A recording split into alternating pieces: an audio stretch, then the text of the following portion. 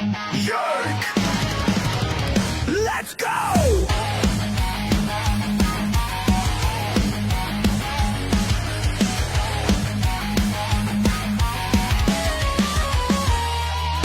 Cam's a shit kicker, 2 bombs in the lead. Soul Dragon Cougar's no time for fatigue. And he's a shit talker, stirring up the show. Never played a shift, but he's ready to go. The Cannabis Podcast is brought to you by Stifel, one of America's fastest growing wealth management and investment banking firms. Rooted in St. Louis, where success meets success. Welcome into the Cannabis Podcast, brought to you by Stifel, baby, where success meets success. Episode number 390. Yank. Whoa, let's go. Hotter than shit out today, boys. Woo-wee. Some bitch. Goddamn hot. Already hot in the Midwest. God, it's hot. Man, oh man. Let's go. Get up. Wake up. All y'all. You need to wake up. Wake up. Andy was 15 minutes late again. Drives me effing nuts. No, I wasn't. Hey, you were. And I was dealing with business. Hey, Aiden, 9 minutes or 10 minutes? No, it was like 3 minutes. 7. Okay, 7. Fine, 7. It was not. 7. It was lower. It was 7. 7 minutes. Hey. I'm not late for anything. Why is your shirt Anything. button so high? Should I unbutton it a little bit? A little bit, My yeah. chest hair, though. God. Oh, yeah, don't go too low with it. Just Oh, goddamn, boy. Look at that goddamn. That's what men look like. Let me see your chest hair, Andy. Andy still going through that puberty. Andy chirped me about my hair last night on Jumbotron. Was not happy about it. Find a new chirp. Find a new chirp. Making fun of my hair again. Then I look at this motherfucker. I didn't know what he was gonna do. I didn't have any kind of rebuttal. But I didn't take your hat off. Take your hat off. You can't chirp my hair. Because it's not like you have Goldilocks going on. Today. It's getting back to like it is what it is. Like so, I would just but I didn't everybody chirp your else's hair. chirp. Why don't you stick up for me? Okay, but why don't you ever stick up for me? Stop. I'm your Just gosh stop talking dang. for 1 second. I'm your gosh dang business partner, and I love you. Chill. Why do you do that to me? It wasn't even a chirp. What I Why? said was, Cam, this is how you said you want to have your head shaved. You know what like you were Jax. doing. I was with Barrett Jackman. You know what That's you were what I doing. said. How dare you? Wasn't a I chirp would at all. always stick up for you. You're so God sensitive. dang. Very sensitive. Are I thought we were Are you partners. turning into a Say it. Say it. A what? man? No, you know what you're gonna say. I would never A say woman? that. No, I would Maybe never I say am. that. Maybe I am. Andy knows how to have a show go to a screeching halt every damn time. Let's go. We got shit to talk about, baby. So- We got Philly in the playoffs. We got the Red Wings shit in the bed. We got Tampa and Montreal going toe-to-toe off the bat. You got Crosby. You got the Flyers going toe-to-toe. Let's go. Okay. Son of jeez. a bitch. I mean, I got energy. Should I unbutton Okay, well, this? then you think? break it down for us, Should I- Cam. what do you wanna break down? Break down the series for us. Which one? Philly and Montreal. Just do that first. Philly and Montreal. I didn't know they were playing against each other. Why don't you pay attention? You just said Montreal and Tampa. I said Montreal and Tampa. Yeah. You said Oh, Philly and Montreal. I meant Montreal and Tampa. I said Montreal and on. Tampa just now. Go ahead. Get on You're again. like coming at me. Dude, I You- had. I'm coming. I'm talking hockey. You're trying to bring up. I don't know what the hell you're Very talking. emotional night last night. It was the last game on our regional sports network. We've been the network has been going, and I will say this in all seriousness. They've been going since 1997. There's a lot of people who have worked behind the scenes, man. Busted their ass. Damn for right, years Andy. and years You're and years. damn right. And it was a very emotional night at the game last night, with this being the last game of this regional sports network because of what's gone on with FanDuel Sports Network. And with FanDuel Sports Network going bankrupt, it really is not indicative of our specific region, which has had fantastic ratings since Big time. day one. Yep. On the Cardinals and the Blue side. Big time. We brought in monster revenue. Among all the regionals, maybe more revenue than any other regional out there. Certainly our ratings were just as high, if not higher, consistently year after year after year. So very emotional night last night. Everyone hung out afterwards. We don't know who's going to be broadcasting the games next year. Listen, the games are going to be on TV, and I think it's going to be a positive situation for everyone when it's all said and done. But there's just a lot of unknown, and we've been going through this a lot over the course of the last few years, going from Fox Sports Midwest to Bally Sports, now to FanDuel Sports Network, not knowing if we were going to be on the air year after year after year, having new management, new bosses, leading the way coming into this season, and everyone was excited about that. So this really blindsided everybody Yeah, it did. this season. No one expected this, and so here we are right now. So for a lot of people last night at the game, it was very emotional to work their final game with this regional sports network that some people have been involved with since 1997. And not knowing who their employer is going to be next year, I think is hard for a lot of people. So big shout out to everybody who put these shows on over the years. Nicest people in the world, man. Worked their asses off. We love all you guys. We had a great time last night, kind of celebrating. It was our final broadcast because the last 2 games of the regular season are national broadcast games. So the owner of the team, the chairman, Tom Stillman, has invited all the broadcasters and the crew to sit in the owner's box tonight. So we're looking forward to that. Should be a good time. But we had a late night last night, Cam. So that's why I'm a little bit like you're coming way too hot. Wait, Cam, wake up. Cam has had all these days to like recharge, and now today he's just ready to rock. So I just need a few minutes. When do I not bring the energy? I just needed a few minutes. Andy drank 2 seltzers last night. Jesus. My God. I got to be late. Oh, shit. Doesn't think of me. Those seltzers will get you. Do you know people who are late don't think of other people? Yeah, I do. It's exactly what it is. They don't care about other people's time. They're selfish people. They don't care about other people's time. I read that the other day. And people that don't give out compliments are selfish people too. Man. I like your shirt. So no, you chirped me. No, you don't. I said unbutton it a little bit. That's all I said. No. Doesn't know how to give a compliment out. Selfish. Late, no compliments. Don't listen to anybody else's problems. Tell everybody else about your problems, but don't listen to other people's problems. Selfishness. Yeah, baby. Who does that? I don't know many people. Not anybody I know. Wouldn't want to hang out with that person. Wouldn't want to hang out with that guy. Woo!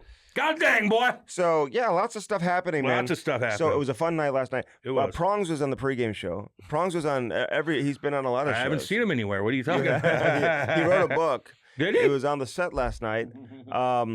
And we actually did an interview with, listen, full disclosure, we did an interview with Prongs as well. Yeah. Because if people are out there being like, wow, we're seeing Prongs everywhere, but he didn't do Cam and Strick. No, we did the interview, but we didn't feel like it was, and our interview is way different, I think, probably than any other interview he's done. I agree with that.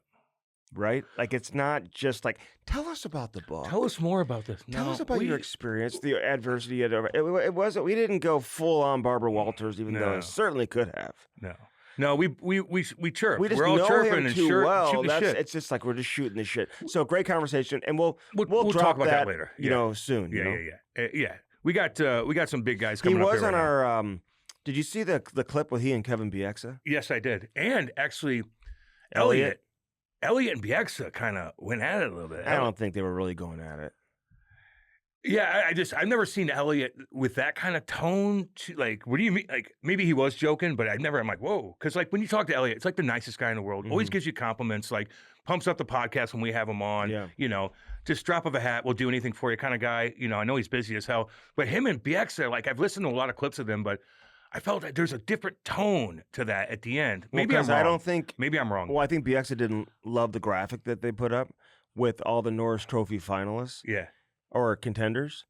Because it was basically like all the D-men who have the most points. Yeah, he's like, well. And so he was like, well, why do we just celebrate the defensemen who have the most points? There's other players that are Norris Trophy worthy who maybe don't put up a lot of points. And it's interesting because Pronger, and I said to Prongs yesterday, I'm like, why didn't you say, like, this is like right down your alley. Oh. You were saying this over and over when you were playing back in the day. When he wouldn't win, he wouldn't complain about not winning, but I know that he didn't put up the most points year after year after year as a defenseman, and therefore was kind of shut out in years where he probably was the best defenseman in the league. No, he was the best defenseman in the league. And maybe overall, and probably should have won it. He just didn't have as many points, but that doesn't mean you're not the best defenseman. Exactly. And that's what Bieksa was saying about Cale Makar. Like, he's out there first penalty kill unit. Yeah. He's out there first power play unit. He's in every single situation. But Elliot was like, we already know who Cale Makar is. Yeah, doesn't matter. But, like, put him on the list. Put him on the list. He should be the front runner every year. Unless somebody really knocks him down and knocks him off, I don't know how Cale Makar. You did it with Bergeron. Yeah. With the Selke. Every year you talk Bergeron. Makar is still the best defenseman in the league. Yeah. He needs to be up top there. He needs to be on that list. I don't think he was on the list, I don't think he was either. I didn't see him. And that's what his argument was, Bieksa's was. And I kind of like that back and forth a little bit. It did have a different tone to it, I felt like. But then Andy's doing an interview. He's on the bench. in the panel. It wasn't an interview. It was just like a back and forth. a hit that I was a doing, hit that Andy was doing, and he had Prongs, Bernie, Federico, and Scotty Warman on the panel. And they're talking about Joel Hofer and how good of a year he had at the second half of the year, and we're pumping his tires up. And it's like, okay, fine, talk about but like we're talking to Prongs and Burn Dog. Let's get away from the goalie situation. Let's ask Pronger about the Norris. And he did, and he kind of got flustered. He didn't know how to answer that question. Yeah. I think he goes like, "What are you asking me that for?" I'm like, Right. "Well, you're a Norris Trophy winner. Mm-hmm. Like you would know more than anybody." He's on the panel. He doesn't do every game with us, so like when he's on there, you like to have fun, but I want to pick his brain too. Of course. That's an obvious question for me, winding down in the regular season. Chris Pronger, who's your Norris Trophy winner, right? Yeah. And I know I was talking goaltending. I wasn't talking Norris you switch Trophy. it up. So I switched it up, but like, you ever watch like TNT or something? Like, I mean, sometimes the basketball, surprised the him. hockey, sometimes the best TV is unscripted at the same time. course. Everything doesn't have to be scripted. It's like what we do on here. It's like, I don't know what the hell you're going to say. You certainly don't know what I'm going to say. Well, you're going to say something, Steve. You got to be able to roll with Right that. off the I can't- bat. So I asked him, I said, who's your Norris? And he didn't really answer. Listen, I give Bernie Federico, the Hall of Famer, a lot of credit because he was My boy. like, well, he just asked you who's your Norris Trophy winner. Who's your Norris Trophy? He's like, "All right." Okay, he was like flustered by it. Flustered. We love you. Prongs, listen. We chirp. We get chirped. It's all a chirp fest. He doesn't like We to be chirped, though. Yeah, but he chirps. Yes. So that doesn't make sense. Mm-hmm. We got to chirp each other. We all take a fucking beating. You do, I do, he does. It is what it is. We all chirp each other, but we all love each other. We see each other all the time. But it was funny. Andy asked him a literally Norris Trophy question, and he's just flustered. He was flustered. He's like, I don't know how to answer this. He's like, thank you, Andrew. Darlene. Break it down, homie. Yeah, exactly. I'll tell you who my Norris Trophy winner Here is. it is. And here's my second. And this is Yeah. why. Boom, boom, boom, boom, Yeah. boom, boom. Give it to me. And as a viewer, I'd rather hear what his take on that Than than the his goalies. take on the goalies. Yeah. Hofer was great. Second half.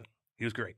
Probably Yeah. going to be number one Yeah. next year. There's Yeah. going to be things going on in the offseason, maybe with Jordan Bennington. You never we'll know. get to that. We'll get to exactly. They might want to keep 1-2 punch. He may not want to go. He might want to just and, chill. And from what I understand, like this is not something that he's just looking to no. up and leave. Now he might, but it's not something that he's just really He might focused just want on to be like, leaving. yeah, I'll play man. 40 games, whatever. You want to go back and forth? I'll get hot and play, and then Yeah. he'll get hot and play. Yeah. And I want to be in St. Louis. This is my home. I'm going to have a statue in the front here. I want to have probably. my jersey. I want to have my retired. fucking jersey retired. If I'm Jordan Bennington, seriously, I would be like, I would look at it like that. And if I was Petro, I'd look at it like that too. Although it worked out for Petro going to Vegas, dude. And I know he got banged up, and it kind of all worked out in the right way. And he retired, whatever the Could've case worked out is. here for him too, though. I know. It would have worked out here for him. Like if I'm Benner right now, am I chasing another cup? I don't know. I don't know how I would think. But I would say, fuck almighty. Being present, and Andy is too, with these celebrations, when we all go on the ice as alumni and we sit there with our jerseys on, and all of a sudden they put another player up in the rafters, especially what they did with Bobby Plager and Barkley Plager, where Barkley came down, his jersey came down, met Bobby, and they Lifted it up. Oh, and they went up together. Oh my God. Pronger when he got his jersey retired. Holly, all those guys, we were there for every single one. If I'm Jordan Bennington, I'm like, God almighty, I bled for this organization. I won for this organization. I want to be right up there Pronger with the big negotiated boys. his extension when he was intoxicated. What do you have, a seltzer? That's me. He was Andy drunk. I just said 5 years. Take it. What? 1.6 Fine, take it. I'm wasted. Wasted. Although, if you don't tell your wife, though, Hey, honey, guess what? What? Oh, is it Anaheim? No. Is it Tampa? No. is it It's- Florida? Is it Florida? No. New York? Chicago? No. Boston? No. Nashville? No. Edmonton. Woo! Pre-Conor McDavid, just so everybody knows. I don't want to give the book away, though. But he didn't tell us that. We didn't even talk about that. We didn't talk about much. Yeah, no, but this is But in the last Athletic. time he's had us on, we have talked about Edmonton at length. And, you know, at that time in his Is it career- Florida? No. Carolina? No. North. Yeah. You know. Anyway. Big shout out to Matthew Tkachuk. Just had a baby girl, Oh. Camille, but they're going to call her Millie.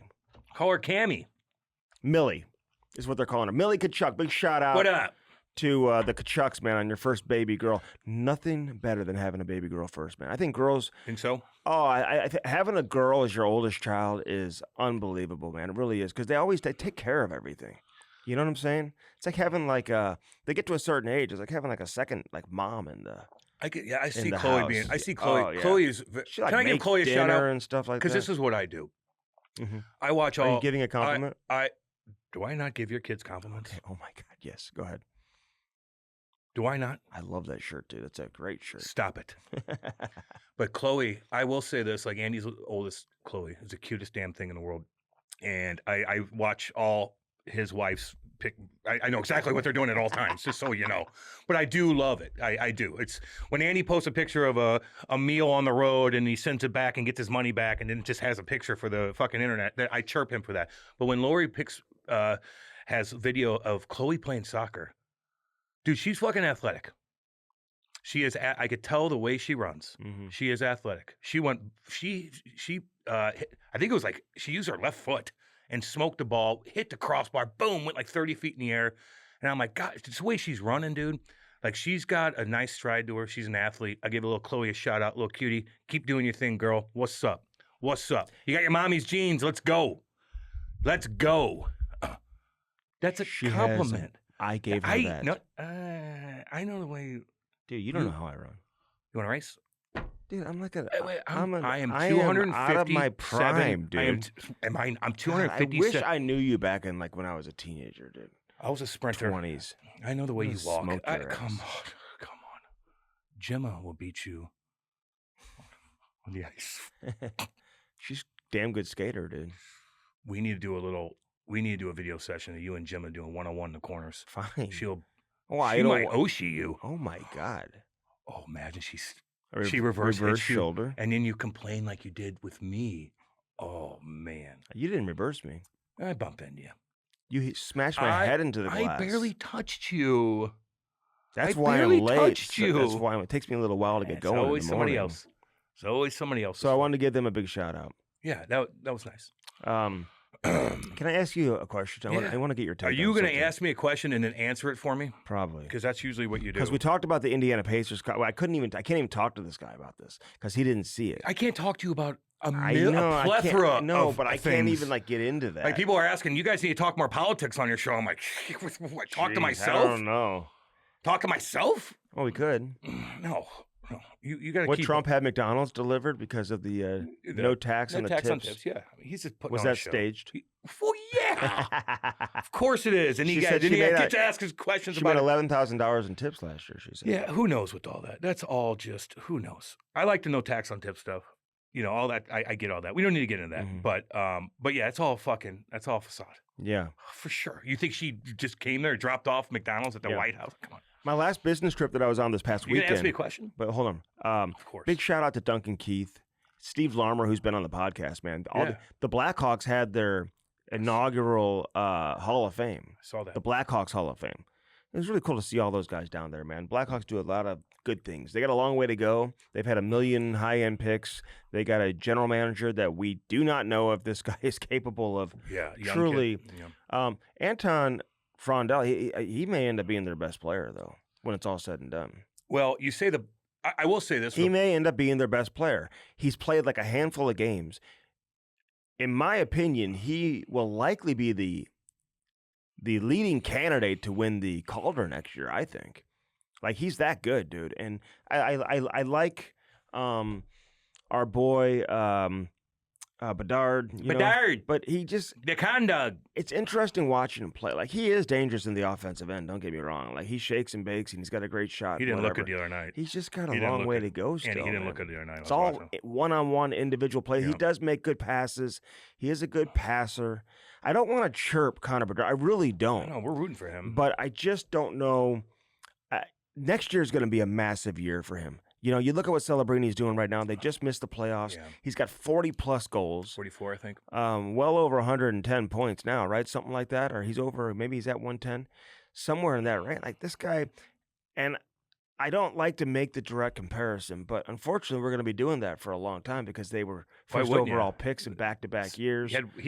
Bedard had way more hype than Celebrini coming in. Yeah, he did. Way, Andy. Although Celebrini Way had a lot, more. but like not as much as Not even Bedard, man. close. people in St. Louis that aren't even hockey fans knew about who Bedard. Connor Bedard. They knew who he was. They thought he was the next Sidney I Crosby. will say this, though, talking to some... They thought he was the next Crosby or the next McDavid, but in reality, Celebrini the next Crosby. Yes, exactly. But Bedard got more hype than anybody besides Crosby back in the day, even more than McDavid. I've never seen anything like this besides Crosby when I was getting into the league. But I will say with the Chicago Blackhawks, man, and you talk to veterans in that organization, they have to pay for tickets. The alumni. They don't even have an alumni room. They don't have a fucking skate. They don't have anything. Like, that's the Blues why a lot have of guys so much didn't more. go to the Winter Classic in Chicago. They don't even have they have to pay for tickets to a game. Your alumni do travel and shit. Maybe they pay for their hotel and travel. I don't know.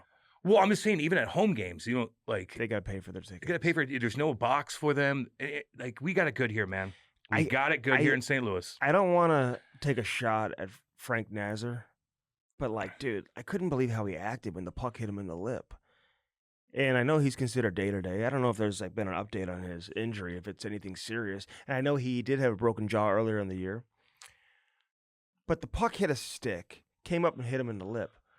And obviously he was pissed. He's frustrated. He missed some time with an injury. You deal with a broken jaw. I can only imagine what he's thinking.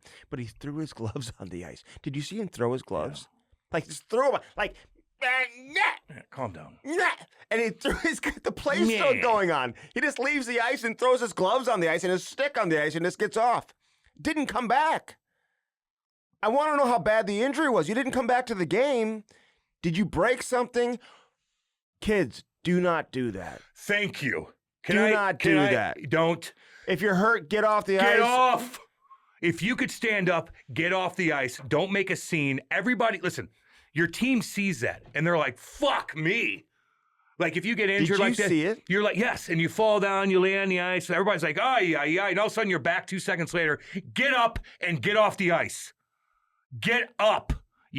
Kids, everybody, man, you if your kid's playing and you played when you're young, there's always a couple kids on each team that lays on the eye.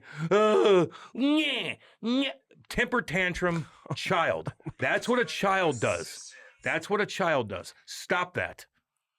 Alex Ovechkin gets smoked in the face on the bench. Doesn't even flinch. Throw his gloves. Oh, God. Help me. Help me. I tell you what, though. Somebody got fucking smoked in the face. Jared Bednar. Now he's getting surgery on his face. I texted him. Hey, listen, we are thinking about you, man. Jesus. Thinking about you.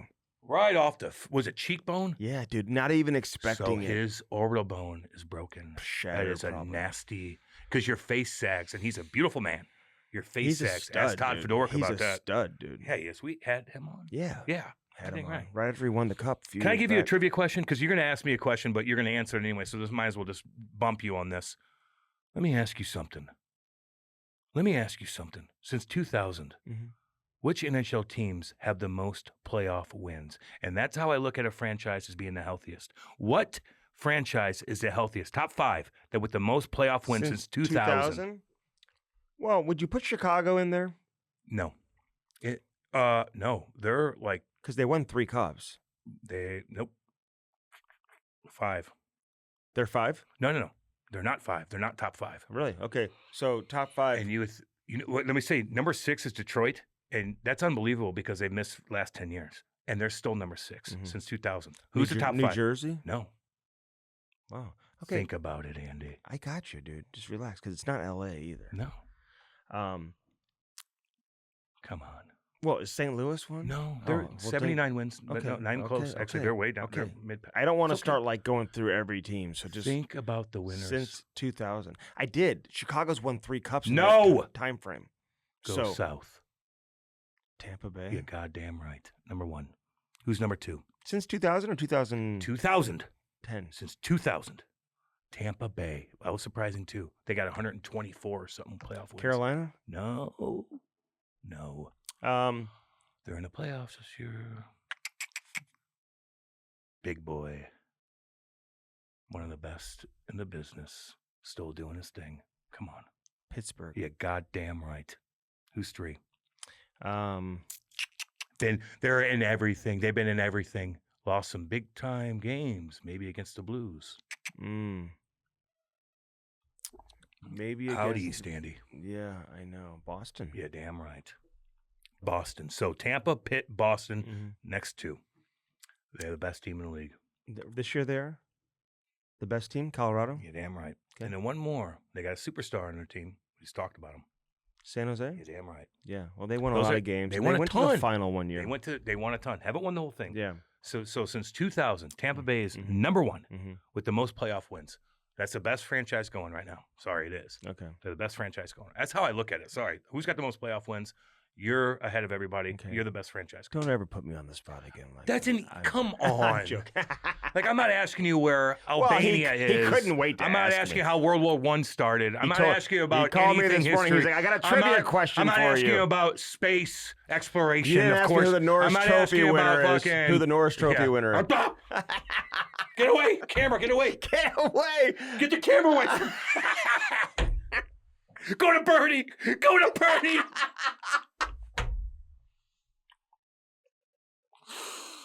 Oh my God. Oh. All right, we got to talk about a serious matter. Dude, are you going to be serious about it? Yes. Are you going to talk serious and then start We have laughing a out s- loud so bad that we have to edit it out? We have a serious matter. What? Diana Rossini and Mike Vrabel. All right, can we What talk? a cuck. Listen, if your broad is hanging out with some fucking coach down in goddamn adults only Sedona. fucking resort, have you held, when was the last time you held Lori's hands like this? When was the last time you done it? When was, I love think you. this morning. When the fuck was the I last think time you this even did morning that? she did that to me. Could you imagine? Nothing going on here. What have you been doing, Who girl? took those What are you doing? photos? What have you been doing, a private investigator?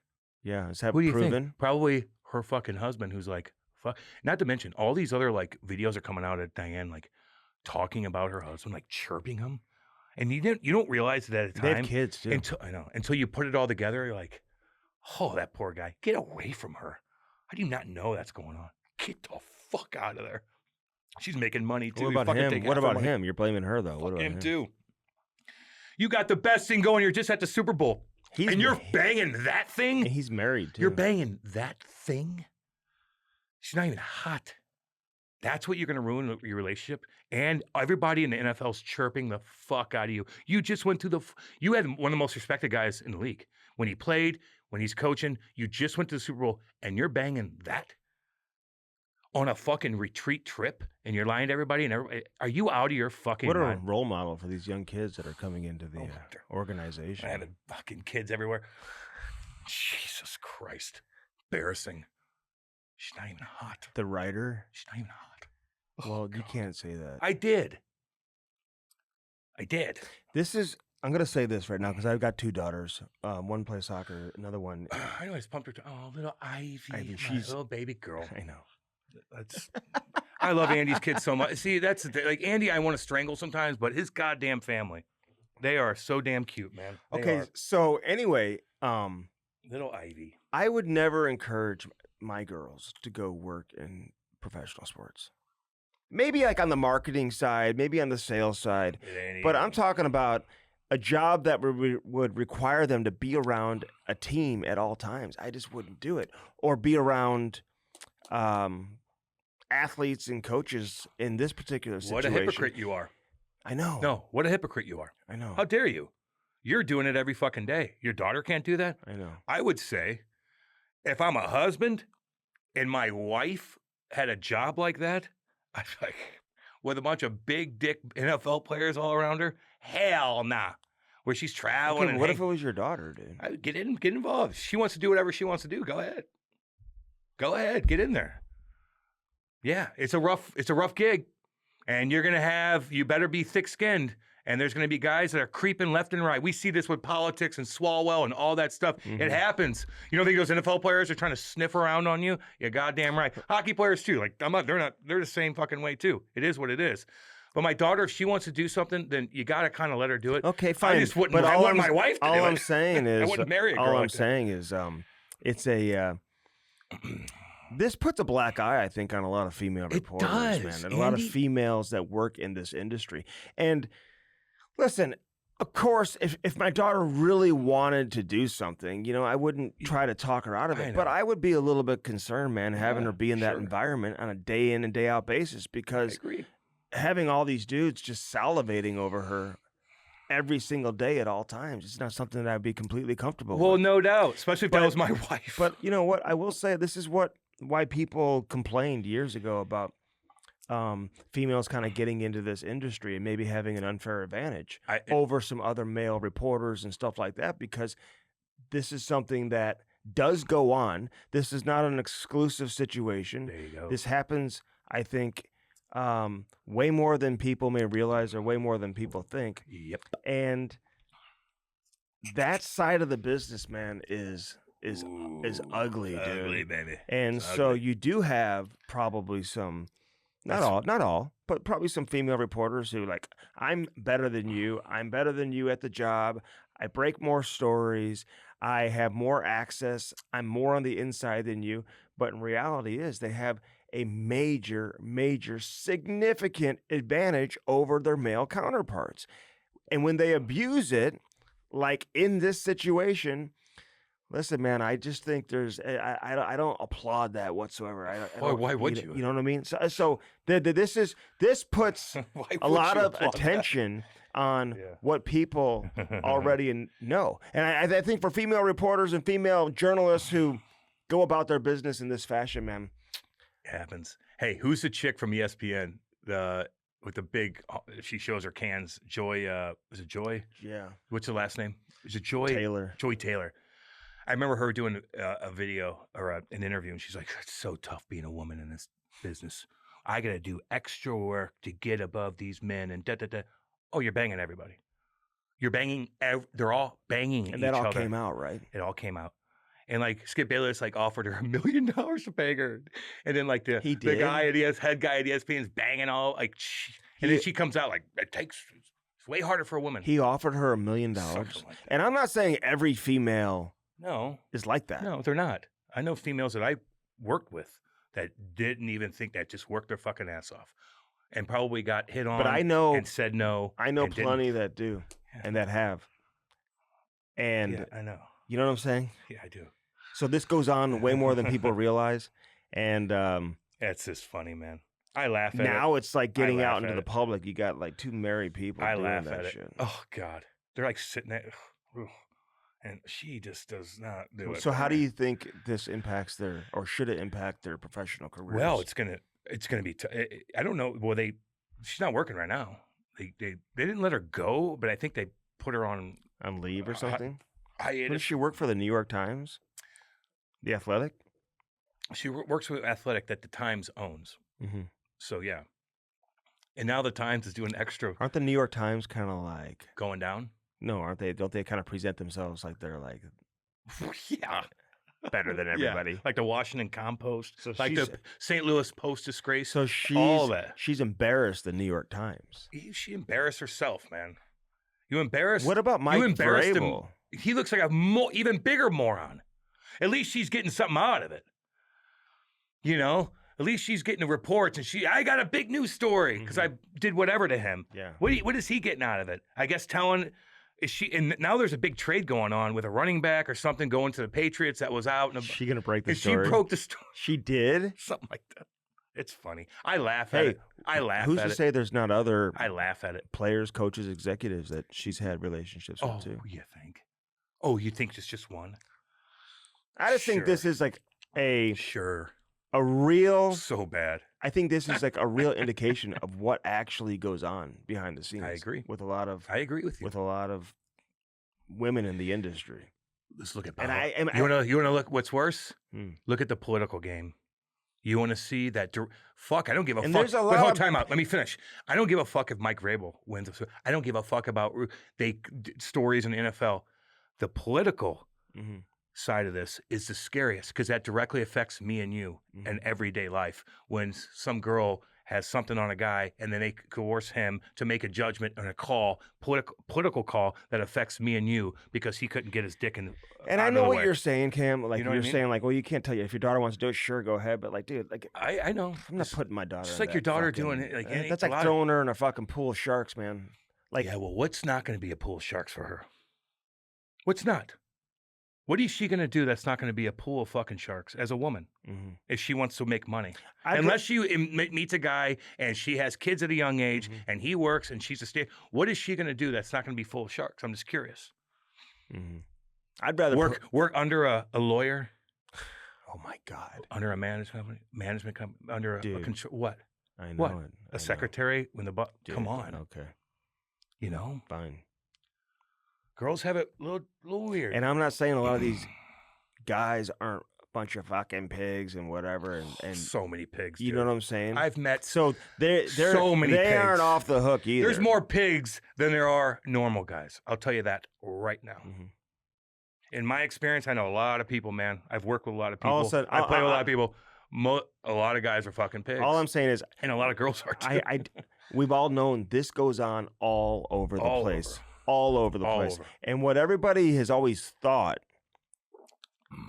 like, oh, they flaunt themselves, they have it unfair. Yeah, and it happens everywhere, all over the place. Not with every single journalist, not with every single female in sports, but what we see here with Diana Rossini and Mike Vrabel is not I wouldn't even like exclusive incident. If I was this happens everywhere all the time. If I was even like single young and I saw her walking around, I was with a bunch of buddies at a fucking resort, I wouldn't even look at her. I'd be like, I wouldn't even like look at her. I would. I'd be like, hey, that's Diana Rossini. I look up to you. I wouldn't even look at her. What are the Patriots doing? If she walked right by me in a bikini, I wouldn't even be like, oh, God, boy.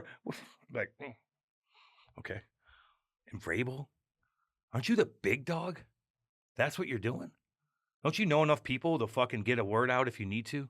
You're going to go on a romantic trip with this woman like you're fucking married for 30 years?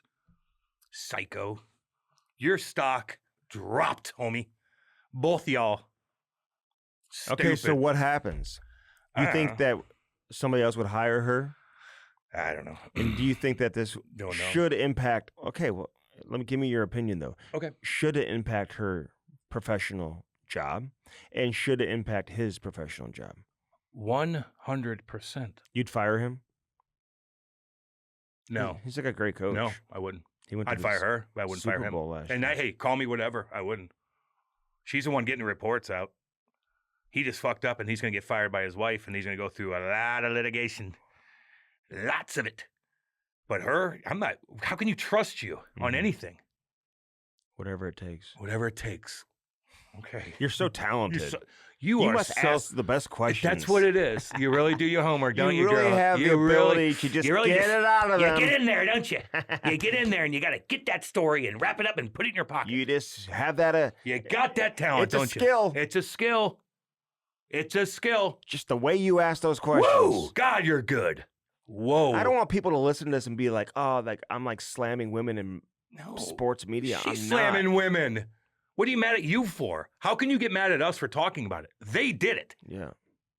You're not slamming women. You're slamming her. And Joy Taylor. Joy Taylor, who's banging everybody. And dude, a lot of these. So funny. And the guys are all fucked too. A lot of these. Oh, yeah. They're all fucked. And a lot of these other women you see on TV and whatever, don't think it doesn't happen. They're working hard. They're working hard, Andy. God damn. Can I give a shout out right quick? To who? Big Marcus Foligno. Oh, yeah, he's cool. Those guys were all sitting out last night. And listen, I work in the game and you walk back to the alumni room and stuff like that. You walk past the guys that are sitting out. So I always go up and say, hey. The guy's like, oh, yeah. Marcus Foligno stood up, knew I was walking by, came up to me, shook my hand, loved the pod, talked to I said, tell your daddy. I said, hey. He was so fucking cool. Introduced me to Kirill, all the big dope boys up there. Yeah. They stood up, shook my hand, looked at me in my eye. They weren't like, remember I met Gritty and he fucking blew me off. I got a guy making $17.5 million a year, stood up, turns around, shakes my hand. Kaprizov, totally cool. Marcus is pumped up, man. That team is fucking big. They're tough. They're skilled. They're going to be going toe-to-toe with Dallas. They're cool. And I'm rooting for them. Mm-hmm. I like fucking Billy. I like Big Marcus. Yep. I like Nicky. I like fucking Kirill. Yeah, Boldy. They are. Faber. Faber. Let's go. I talked to Faber after the game. I like all of them.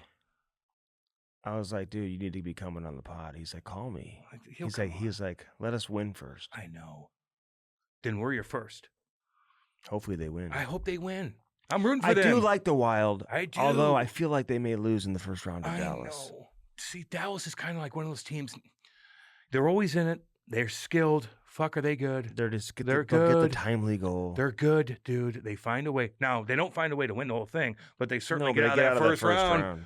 But Minnesota's going to be in your face, and it's going to be nasty. But and if I they can't just, wait. but if they just run around, like You gotta play Minnesota through it. hasn't won a round I in know. the Stanley Cup playoffs since like 2017 or something. Not good. That's why I'm rooting for them, man. All these teams. I that want Minnesota to everyone be a wa- destination. All these teams that everyone wants to celebrate, like 30 games into the season. Columbus has changed. They fire their coach. They start winning a bunch of games. Okay, now they're in the mix, and then they can't get it done. So now, I bet you talk to Bones. He's like, yeah, this team is who I thought they were. Columbus might be the worst franchise in all of 4 sports in You America. think? The worst franchise in pro sports? In all the 4 sports, I think they're up there. Cleveland, maybe Browns. And I like Who Zach else is there? Werenski, man. Get So do out I. of there, please. Doesn't mean I don't like the players. No, I know. We love goddamn Olivier too. Marchenko, Olivia, yes, who's their leads? Olivier, Like, yeah, dude, I like all those I like guys. all those guys. But why can't they put it They together? can't because they can't, and they haven't. They might be the worst franchise. They're certainly one of the worst franchise in the NHL. right Werenski, get out of there. now. I don't know. But Yeah. Detroit is a bigger problem to me than Columbus. They're both not good. Detroit's going to make money. They had a Columbus full-on could collapse, fold. dude. They traded their first-round pick. That's a fireable offense with no protection. I talked about that last week. Justin Falk. They don't have a first-round pick. They have all these guys, and for whatever reason, they just don't play together as a team. They just can't get it done. Losing games. And at I the like end of that Dylan year. Larkin, man. So I do mean, he's very likable, especially with the Olympics and everything. But as the leader of that team, dude, he's going to have to take some of this on his shoulders. Of course he is. So is the big boy. Cider? No. Iserman? Yes. The Iser plan? Yes. Dude, What especially when he the hell? trades his first-round pick. And I they don't even- mind. Listen, They you don't gotta- even get in. you got to go for it. Justin Falk was scored. He had like 11 goals. I get it. You know, like what do I you think do? Larkin got hurt, didn't he? And that's what I think derailed their season a little bit. Yeah, but okay, but who doesn't get hurt? Sidney Crosby got hurt, and they still found a way to get in. Are They're you like kidding? over 500 without him. I love watching the Ovi and Malkin clips. Yeah, but let's put it on. I love it so much. Go head to head against the Masters. Ovi versus How Sid stupid is in that? potentially their last game ever. I'm on so glad you brought that up. Sunday, by the way. Not like round 2 or No. the first round. No. Sunday. Stupid. Afternoon game, too. We're going to put it on in the afternoon and go And what'd you toe-to-toe watch? with the Masters. And I don't even like golf on TV. I don't even really watch golf. It's a beautiful and all sport. but I love watching the fourth round course. of the Masters. It's and I had it gigantic. on in my house all day long. All day. And they had that game going on, competing And I knew that with game the was going Masters. on. I'm seeing updates on X, Twitter, and part of me, like inside of me, was like pulling me towards the remote to like change the channel, and I just didn't do it. A lot of people didn't do it. I like to see the numbers on that, what they could have been and what they were. But like, Put it on at 7 o'clock then. doesn't the NHL know that they're doing that when they do the I don't scheduling? Andy, that's Sunday afternoon against the Masters, Masters. round 4. The Masters is the only golf tournament that anybody cares about, for the most part, okay? The casual fans watch the Masters. Anything else, maybe the Ryder Cup or U.S. Open, whatever the case, there's a couple. Fucking change the schedule. Why are you putting the two biggest big dogs going at it that saved the NHL, by the way, their last fucking game against each other? Why that? Maybe their last game against you, probably not, but maybe. Why would you try to compete with the Masters? You know, Are you And oh, by the way, 2 days before that on Friday, there were no games. no games? None. There was 50 games on Thursday and none on Friday. Why? To compete with the NBA? Listen, who cares if you go against the NBA? You go against the Masters. Every hockey if you play hockey, you watch golf, dude. You play golf. Do you think Crosby It's versus such a dumb Ovechkin schedule. is the best individual rivalry in hockey history? That's I've ever seen. I've ever seen. They saved the sport, dude. We were on stupid ass fucking verses with hillbillies down in middle Missouri shooting ducks, and then all of a sudden the game's on, and then they go back to shooting ducks and fishing at the Lake of the Ozarks on Versus. Mm-hmm. And Sid and Ovi took over, and they blew up, and they saved the league. Sid and Ovi, thank God those two monsters took over. And I was a part of playing against them for 10 years, and I loved it. Mm. And I love both those guys, man. I look up to those guys so much. I would love to meet. I've never really talked to them that much. Like, I would love to talk to them, Mm-hmm. especially Ovi. I'm glad Ovi Especially Ovi. he brushed off the Yeah, he's like, get out of here. because I don't think He's coming back. I feel like he's coming back. Hell yeah, he is. As he come back. What are you doing? Come back and be a leader again. Yeah. You're scoring 30 goals. What do you do? What do you think if you're like the general manager of the Capitals? What do you mean? Yank. At some point, you have to turn the page, and you got to start like life without Ovi is going to be a reality. Well, yeah, and you'll deal with it when it happens. Mm-hmm. Listen, is Ovi dominating still? He's not dominating, but he scores a lot of goals. Scores man. a lot of goals, dude. Over 30 goals again. Don't put him out there in the D zone. He Put him out doesn't. there in the He offensive doesn't. zone. He doesn't. Okay, that's listen. The young coach for Washington, I'm forgetting his name, Andy Carberry, Spencer Carberry. Spencer, who We haven't had him on yet. we need him on. Yeah, we will. Who I love watching his interactions with the guys when they do win in the locker room. Mhm. Like the way he pumps the guys up, you can tell they love him. Yeah. But he puts them in the right situations. That's what he does. You save him. You save his juice. Yeah. You know he's older. Oh, yeah. And you use him when you need to use him. And that's exactly what they're doing. You're not going to do that for another year. He's going to get you 25. And people are going to watch him every second, every single game. And it's going to be everywhere you go. Everybody's going to want to watch the big dog. Hell yeah. Imagine the Blues got a guy like that. Can you imagine? An Ovi. Like a 20-year guy. Like a 20-year. Who's like one of the ultimate like icons in the There he history is. of the game. Could you imagine that? You put Kopitar in that category? Yes, I do. Yes, Big I shout do. out to Anze. I'm glad they you mean made the Hall of Famer? I'm glad they made the playoffs, man. I know. I like him. I don't like the team. The team's terrible. The whole They're division's whatever. terrible. I like- Anaheim's awful too. I know. They don't look good. Hey, all these teams that didn't make it, I hate to say it, I'll include St. Louis in this. For you not to be able to get in Ooh, in this weird year? in Get this on with year, yourself. like, Get on same with goes with yourself. Nashville, same goes with Winnipeg. Yeah. I'm not going to put San Jose in the same category because Nope. nobody expected them to be as good as they were. But for Winnipeg, Nashville, and St. Louis, Jersey, not to find a way to get in. New Jersey, with Islanders. this.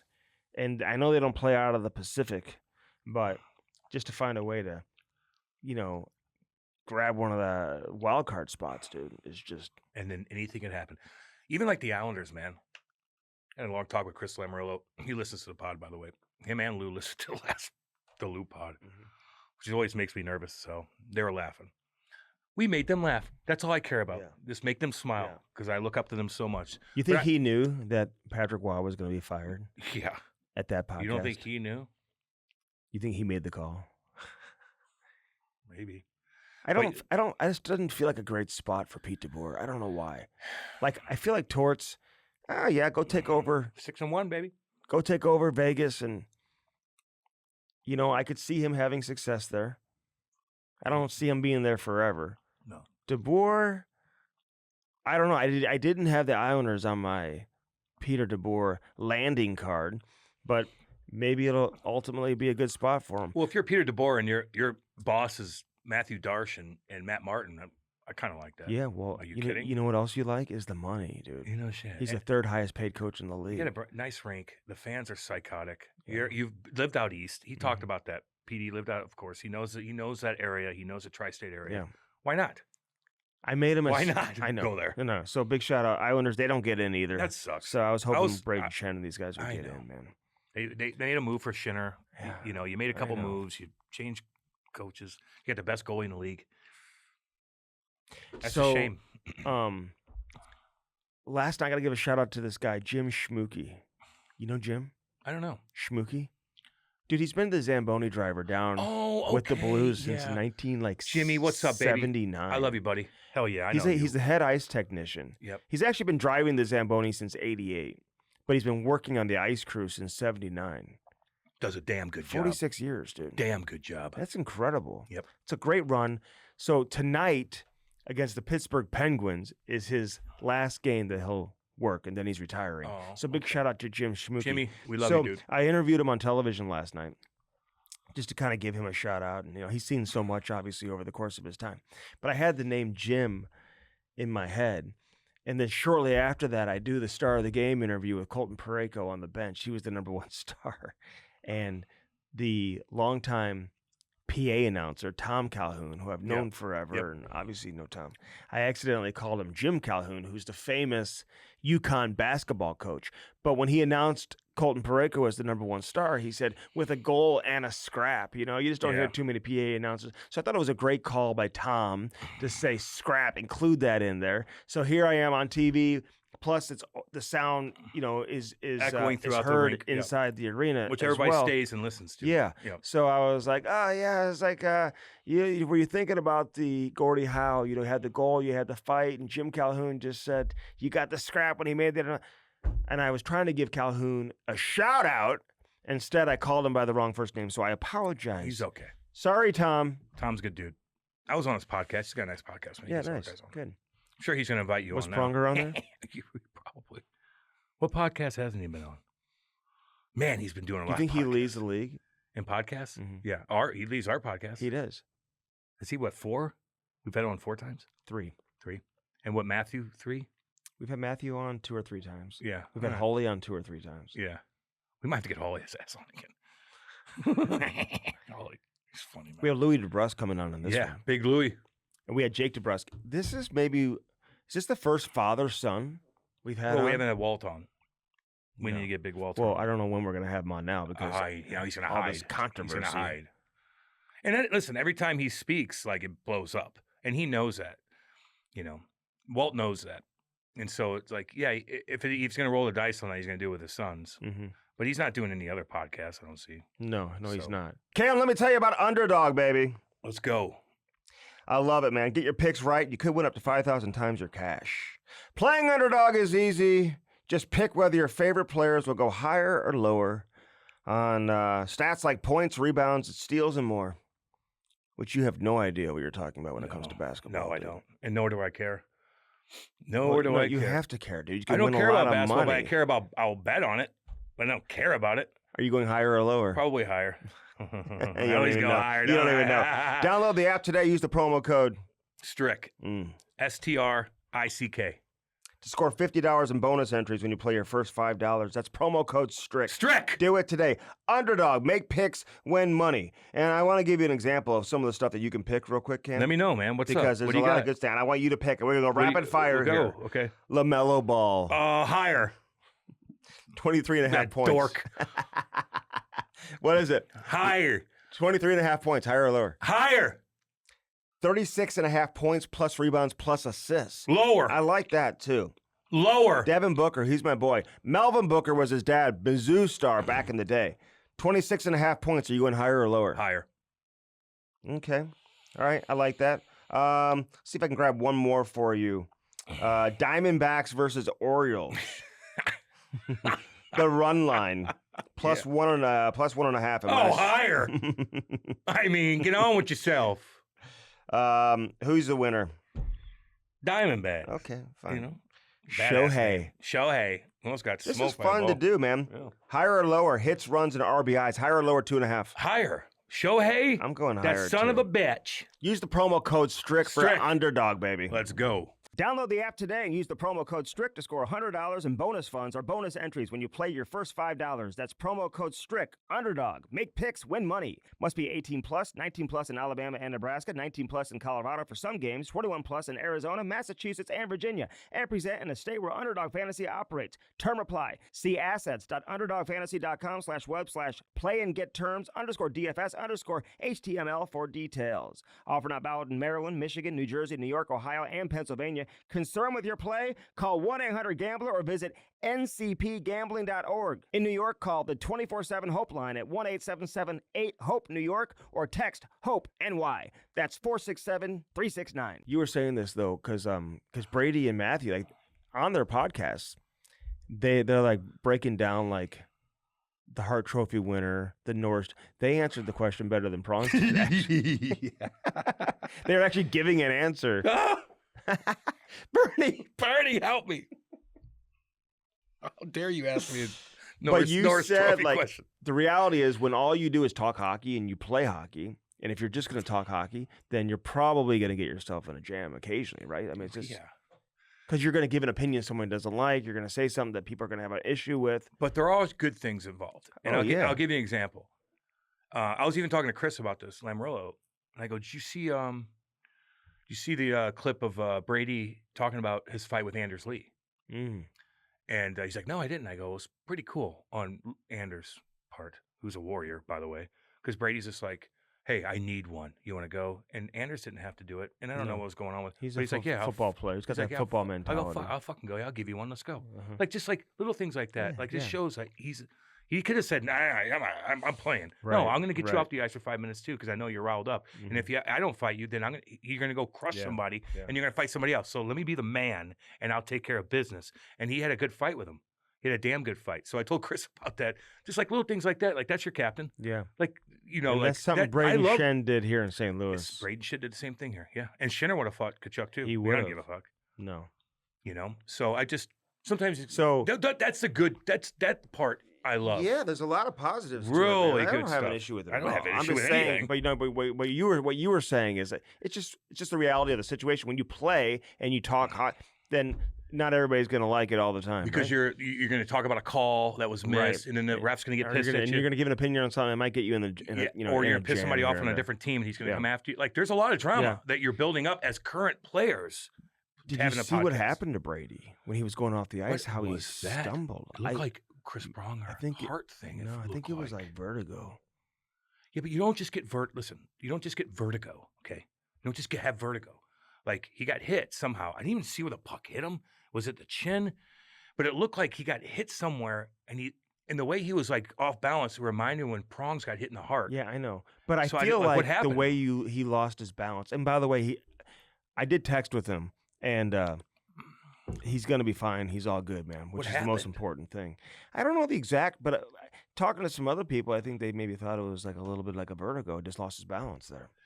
Again, I mean, I'm just saying what I'm being told. Okay. You know what? That doesn't make sense because you can't just like, oh, I have vertigo real quick, and then now it's over. No, but who said it? Just what do you mean? Ver- It doesn't come and go. well, maybe you got rocked. You got rocked. Like if you have vertigo, dude, you got it. You Time out. Does vertigo come and go? Could you be like fine, and then 1 second, oh, my vertigo just fucked me up. I just lost my balance. But if Brady, And then you sit down and take a deep breath, and all of a sudden you come to. Like, tell me how it works. well, if Brady had vertigo, he wouldn't be playing hockey. You can't play with it. Fuck, you're messed You're not answering my up. question. Does it come and go? I think you have it. Like I don't know, but it's not like I have vertigo. So now all of a sudden, like I didn't get hit, and all of a sudden I'm dizzy. He probably got rocked, and it just kind of he got fucking dizzy. But like for him having this vertigo, like oh then shit, he's got to go see a doctor, man. That's a big time deal. I don't know. Where you spin, That's my. You're that driving was- and you spin like some it's other people had scary. that. Scary. I didn't ask him specifically what happened. I just asked him if he was okay. But I don't vertigo. Then he's got issues, dude. Let me look. What are real you quick. looking at? No, Vertigo. I didn't see that publicly. Huh? I didn't see that out there. Vertigo is a sensation of Oh. spinning or movement often caused by inner ear issues, by BBV, vestibular symptoms include dizziness, nausea. Like if you have that, man, I knew some players who have had it in the past. I've had. Remember the goalie Jonas Hiller? Yeah. Yes. He had it. Yep. Really Yep. bad. And you have to get that checked, man. Like that's Mhm. that's a big issue. Yeah. My it dad is. had it for a little bit. Did he? A guy, Doug Vaughn, had it for who was Oh, at Channel 4. shit. He said he was spinning. He said he had the fucking hiccups for fucking a week straight. Damn. Vertigo. Yeah, so I think he got rocked, and he was just, I don't know. You'd have to go get that checked out, man. Tiger Woods had the hiccups. Oh, too. yeah, Tiger. Oh, God. You think Did you see all the AI version of, they show Rory, these funny clips. And it's not funny because he's got issues. But like Rory wins, and like, yeah, and all of a sudden you see a black SUV flying over the Masters in the green. He spins, oh, Tiger just showed up. Mm. Oh, he's getting chirped so bad. But, you know, I'm telling you, it's those sleeping pills that he stays up on, man. That Ambien makes you like you're tripping acid. Why? How does a sleeping pill keep you up? It doesn't unless you forcibly stay up, Mhm. and then you go through this weird trippy phase. I told you Really? I've been through it, man. Yeah. I would stay up, and we'd have Ambien parties, Mhm. which is not good. No, and we'd be don't- like, don't eat have it. everything. Like then all of a sudden we'd all wake up like, what the fuck happened? Don't have those. Well, you know, You didn't need Ambien for anything, and they were handing those out like goddamn candy. Yeah, Ambien. Put it under your tongue. Have a glass of wine. You fucking just chill. Big shout out to Joel Quenneville. I'm glad his team made the playoffs, even though they are not good, dude. They're not that good. Oh my God, their defense and their goaltending is not good. It's not. But they made it in the pillow fight, dude. They got in. They got in. I feel like Edmonton could be a handful. The way this Bouchard is playing, we got to give him a shout out because we've really gone after him in the past. He's got over 90 points. But just the way he plays, I like the way he plays. And the fact that he is able to, like, play through all the negativity and all the bullshit he hears about his game all the time and deliver this type of season. And the chemistry that he has with McDavid is absolutely incredible. McDavid's going to turn it on now. I say that, and he had over 130 points. And it's funny to say, well, he's going to turn it on, but, like, he does, like, turn it on. Like that game the other day when he had 5 points, he turned it on in that game. He was unbelievable. And I just feel like they're going to be a handful, dude. I agree with you. I think they are in for at least a round and possibly two. And who knows, they get to the conference final then. Well, Trisaddle's supposed to be skating. Back. Yeah. I don't know where he's at with anything. But if you get him back, what a boost that's going to be. I don't know, man. I don't know. Everything's up in the air. You feel like Vegas? I feel like Utah. I feel like Vegas. The best thing to happen to Utah is that they get to go through the Pacific. They might get you, dude. They have what do they have? Like, I think they have the most points. They might get you. What do they have? Don't they have more points than Edmonton, or maybe the same number of points? Let's look. And no one's really talking about them. They've got 90 points. Edmonton is 91. That's still not. So they've got the same number of points as Anaheim. So Utah is going to play Vegas in the first round, dude. I mean, that's going to be an interesting. Utah could certainly win that playoff series. They can, absolutely. Speaking of goaltending, of course, Vegas has that problem. They've been pretty good since Torts took over, but I don't know. This is going to be very, very interesting. I can't wait to see Minnesota and Dallas. Is that your favorite playoff series? Yes. Oh, yeah. Right now. And Tampa and Montreal and Philly and Pitt. There's a lot, man. Let's go. I want to give Cole Caulfield a shout out for getting the 50 goals. His daddy, his mommy were there. That was so cool. Place went nuts. What a cool place to score 50. 50. 50. When was the last time under 5'9"? Jeez, I don't know. Marty St. Louis, did he ever score 50? It was Theo Fleury. Korea? Theo Fleury was the last one to score 50. But didn't Korea score 50, or did he never score 50? I don't know. But I saw the thing. It said Theo Fleury. Okay. Let's see what Korea did. But I think Caulfield's way smaller in Korea, isn't he? I don't know. Not necessarily. Was Korea that Korea slow? said they have him listed at 5'11", so. He's like 5'10". Yeah, I didn't think he was 5'11". so he's not in that mix. He probably did score 50. He did score 50. Yeah, I'm sure he did. His second year in the league. Yeah. Which is just unbelievable. And that was pre-lockout too, yeah. And getting back, so Cole Caulfield, big shout out. Gauthier in Anaheim, dude. Some bitch. I remember we had Brian Boucher on, and Boucher was like, they were pretty frustrated about the Flyers losing Cutter Gauthier. Didn't want to sign in Philly, and all the veteran guys and the guys, alumni, they were all pissed off, as they should have been. Yeah. And so he goes and signs with Anaheim. But Boucher made kind of like a comment on our podcast. He's like, well, yeah, it's bullshit. I mean, he'll go to Anaheim now and score 40. That's what he said. And he did. And he scored 40. I just remember the comment. I'm like, damn, dude, this guy's good. You really think he's going to score 40? He scores 40. If he doesn't want to be there, then move along. We got to work. Although you don't want to go to Philly. I know. Well, no, because I think there was a problem with the contracts. With his negotiation the year before. They wouldn't bring him straight to the NHL. Just bring him to the NHL. Just bring him up. Right. The Blues sent down Lindstein and yeah, but that's not really a send down. No, they need to go play with Otter. Go play some games. No, it's like, hey, go help Otter get into the playoffs. Go play some games. Help him get to the playoffs. Yes, and then play in the playoffs. Go play in the playoffs. Exactly. They've done what they needed to do. Exactly. Stenberg and Lindstein. This is Theo Lindstein. Nice goal. I've been saying this since day one, dude. Like his skating, he is unbelievable. He is gonna be a damn good player. Whoa! The goals he scored in the American Hockey League were highlight reel too. His goals that he scored in the World Juniors a few years back when he was a late addition to Sweden on their roster, and I think he ended up making the All-Star team and like led all defensemen in scoring or something. He's playing pretty damn good with Colton Parayko too, which is nice. Nice to have that little balance, lefty righty. Yeah. He looks damn good. I don't know what this team's going to look like next year. I don't either. They're gonna have some young For kids. Blues, That Carbonell can make that team too. No, I don't know if he's. I think he needs to play a year Yeah. in the minors. I Now, think you're Jurasek, right. Yeah. he may be He here. might jump in the fray. The defenseman. I will say this is going to be one of the most interesting off seasons for the St. Louis Blues in years. They have 3 first-round picks. Boatload. I think they have second most draft picks of any team or something like that. 8, 9. 8, I think. Yeah. They don't have a second-round pick, but then they have multiple picks in the 3rd and 4th.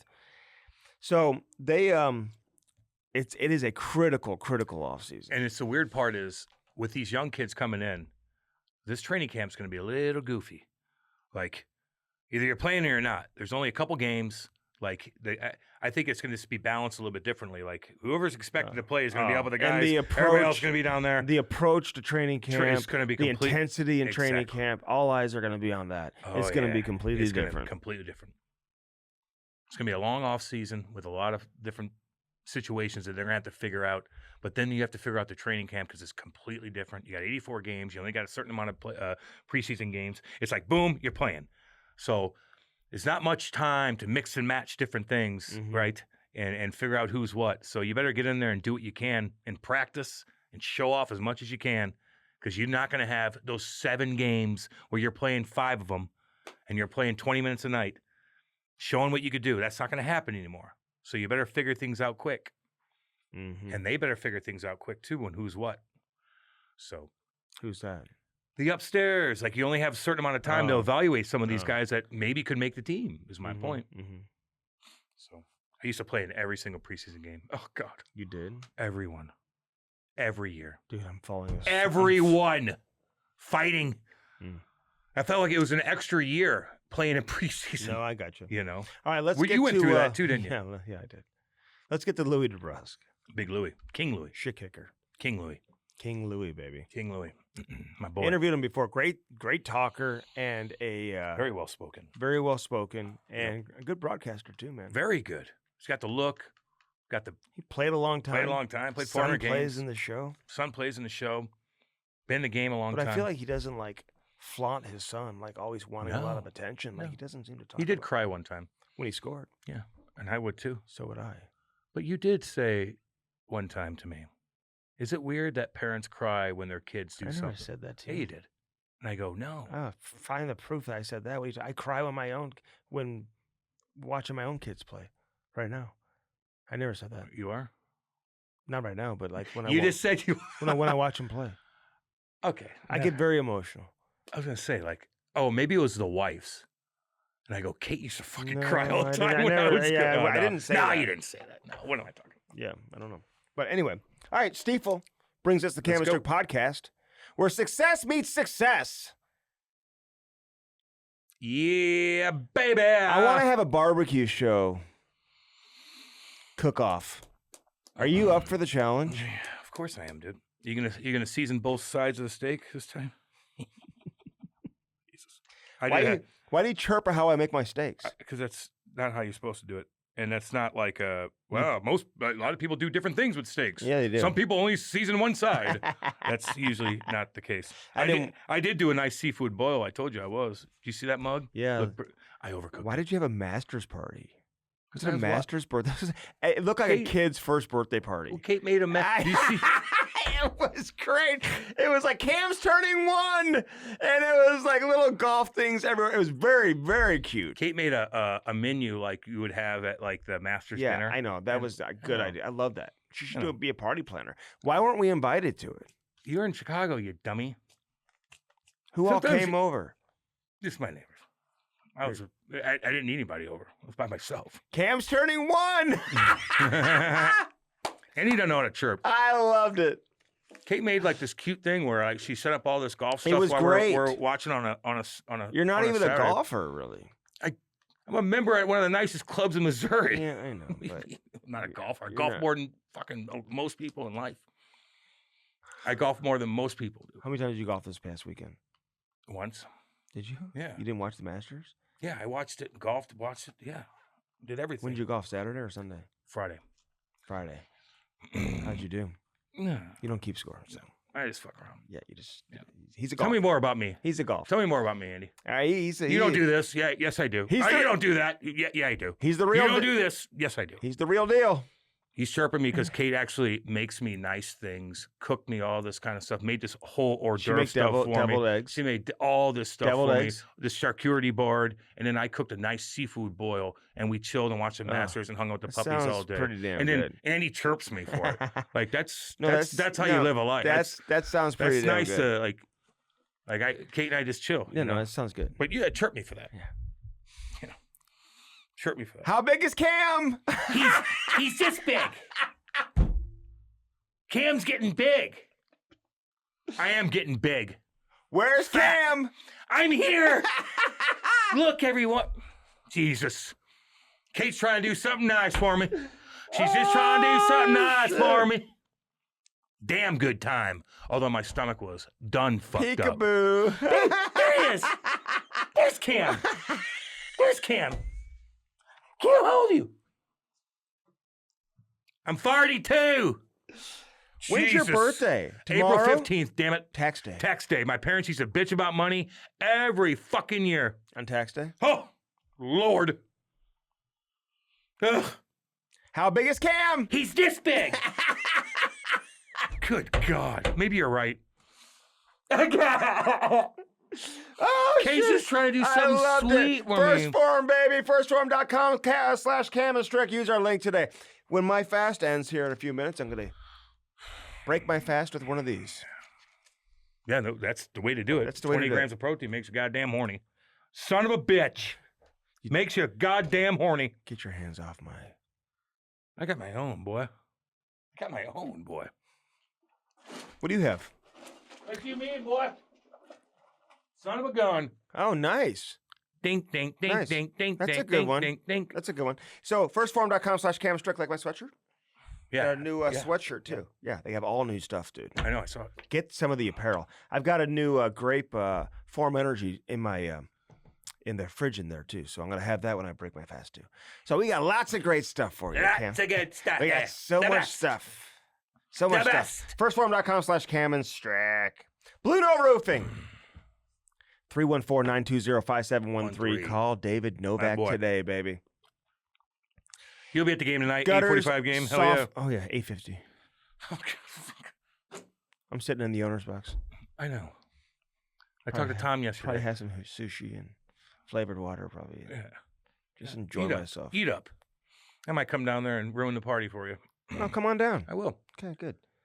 Blue Note Roofing, 314-920-5713. David Novak. Gutters, soffit, fascia. Whatever it is. Whatever it is. And the Styrms are coming too, by the way. We are in our Window World studio, baby. Yes. We're in our Window World studio. Window World, 1-800-GET-WINDOWS. Get Windows. 1-800-GET-WINDOWS. 1-800-GET-WINDOWS. Window World. 1-800-GET-WINDOWS. Let's go. The official window of the Kansas City Chiefs. Dang, boy. The preferred window of the St. Louis Blues. I love Window World, man. I really do. So do I. Who doesn't? Are you still looking at new windows? Mm-hmm. You are? Yeah, because especially when it gets hot, man, it's gonna my bill's gonna be out of this world. What do you mean?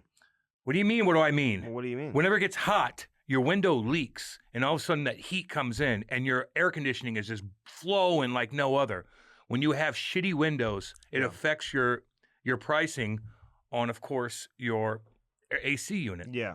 Because the Chiefs won the Super Bowl in the first year of their partnership with Window World. I love that. 7 years in, 3 championships later.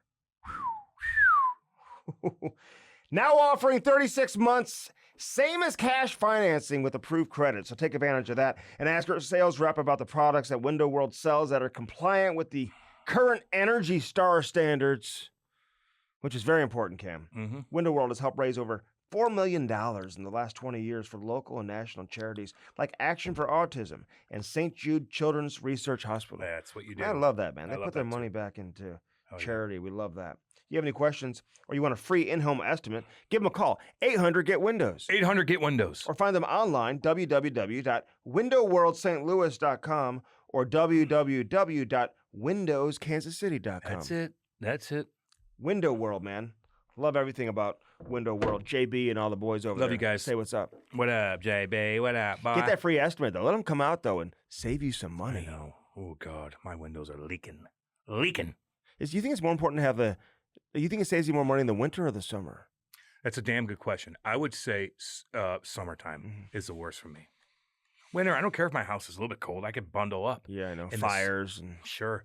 And I don't care if other rooms are fucking But I would cold. disagree with you. I'd say it's the other way around. I'd say the cold creeps in more. I than would the- say in St. Louis, Really? the heat depends on what kind of house you have. I got a house with a lot of windows and a lot of sun coming in, baby. So everybody's different when it comes to Yeah, that. no, you're right. Everyone is different when it comes to that. Yeah. Yeah. Yeah. Who puts the in spa? Spas and Meyer. What's up? God, me and Soupy are half naked at the Jumbotron at the Battlehawks game. Oh, really? Yeah, we're doing. We did a commercial for. You guys went Angie. in there? Huh? You went to the game? No, but people are taking a video of it and sending it to me every 2 seconds of me and Soupy sitting in a hot tub with no freaking clothes on. Oh my god! It's hilarious. I love it. I love it. I look pale. But yeah, hell yeah, man. Those are the spas that we went and we hung out at the store right there in South County. Oh, really? Yes. We've been there before. Remember you were 20 minutes late, Yeah, on the phone? I was like 5 minutes, and I was on the phone with a very important call. Probably talking to an agent or something. They've got the Michael Phelps hot tubs, dude, that are unbelievable. Awesome. Yep. Those swim pools. Yep. They've got the saunas. That's what I'm What do getting. you think a sauna does for you? Well, they got that Infrared? infrared. It helps you get all the poisons and toxins out of you. Helps you heal. Makes you feel better. Just sweat all that bullshit out, man. Easy peasy. It's easy to do. You just plug it in, put it in your house. Yeah. So easy. Spas and more, man. 2 locations. Check it out. Go see Angie Hess. Let her take unbelievable care of you. She will. They got the cold plunges too, man. In and out. You ask any So what do you do? Hot tub then cold plunge? and in with the cold plunge. Spas and more, dude. They've been around for years. They got it all. Everything's made in the U.S. Yes, baby. Damn right it is. Everything's made in the U.S. You want to feel better? Talk to Angie. She's got anything for you. What do you want? Spasandmore.com. Spas and more. Let's go. I love it, man. Me too. I'm getting mine soon, dude. Yeah, me too. April 29th. Is that when you're getting yours? Wow. Are you excited? Yeah. Goddamn right. You got to post some stuff online and Okay. on the internet and Thank stuff. you, on Andy. Instagram. Thank you. Cam, who puts the Spas and Mar. in spa? God dang right. Let's go. Easy Tiger Cannabis, baby. It's top shelf, full potency, and it'll take care of you, too. Get your mind right with that Easy mind right. Tiger. EasyTigerAZ.com. Check out their website. It's going to be available across the country, though, not just in Arizona, but their website, EasyTigerAZ.com. Pure cannabis, best quality, top shelf, full potency. And again, if you're dealing with pain or any type of illness or anything like that, Easy Tiger AZ can There it certainly is. take care of that for you. Get that mind Easy right. Tiger Cannabis. Get your mind right with Easy Tiger. All right, Louie DeBrusk. Enjoy this one, man. Fun conversation coming up with Louie. The playoffs are around the corner, Let's go. baby. Let's go. Love you guys.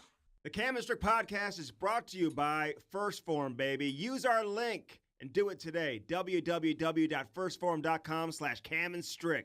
Get jacked now. They are the real deal. Get that protein, check out the apparel, eat those bars, and drink those energy drinks. Firstform.com/camandstrick. Yeah. Now on to the interview.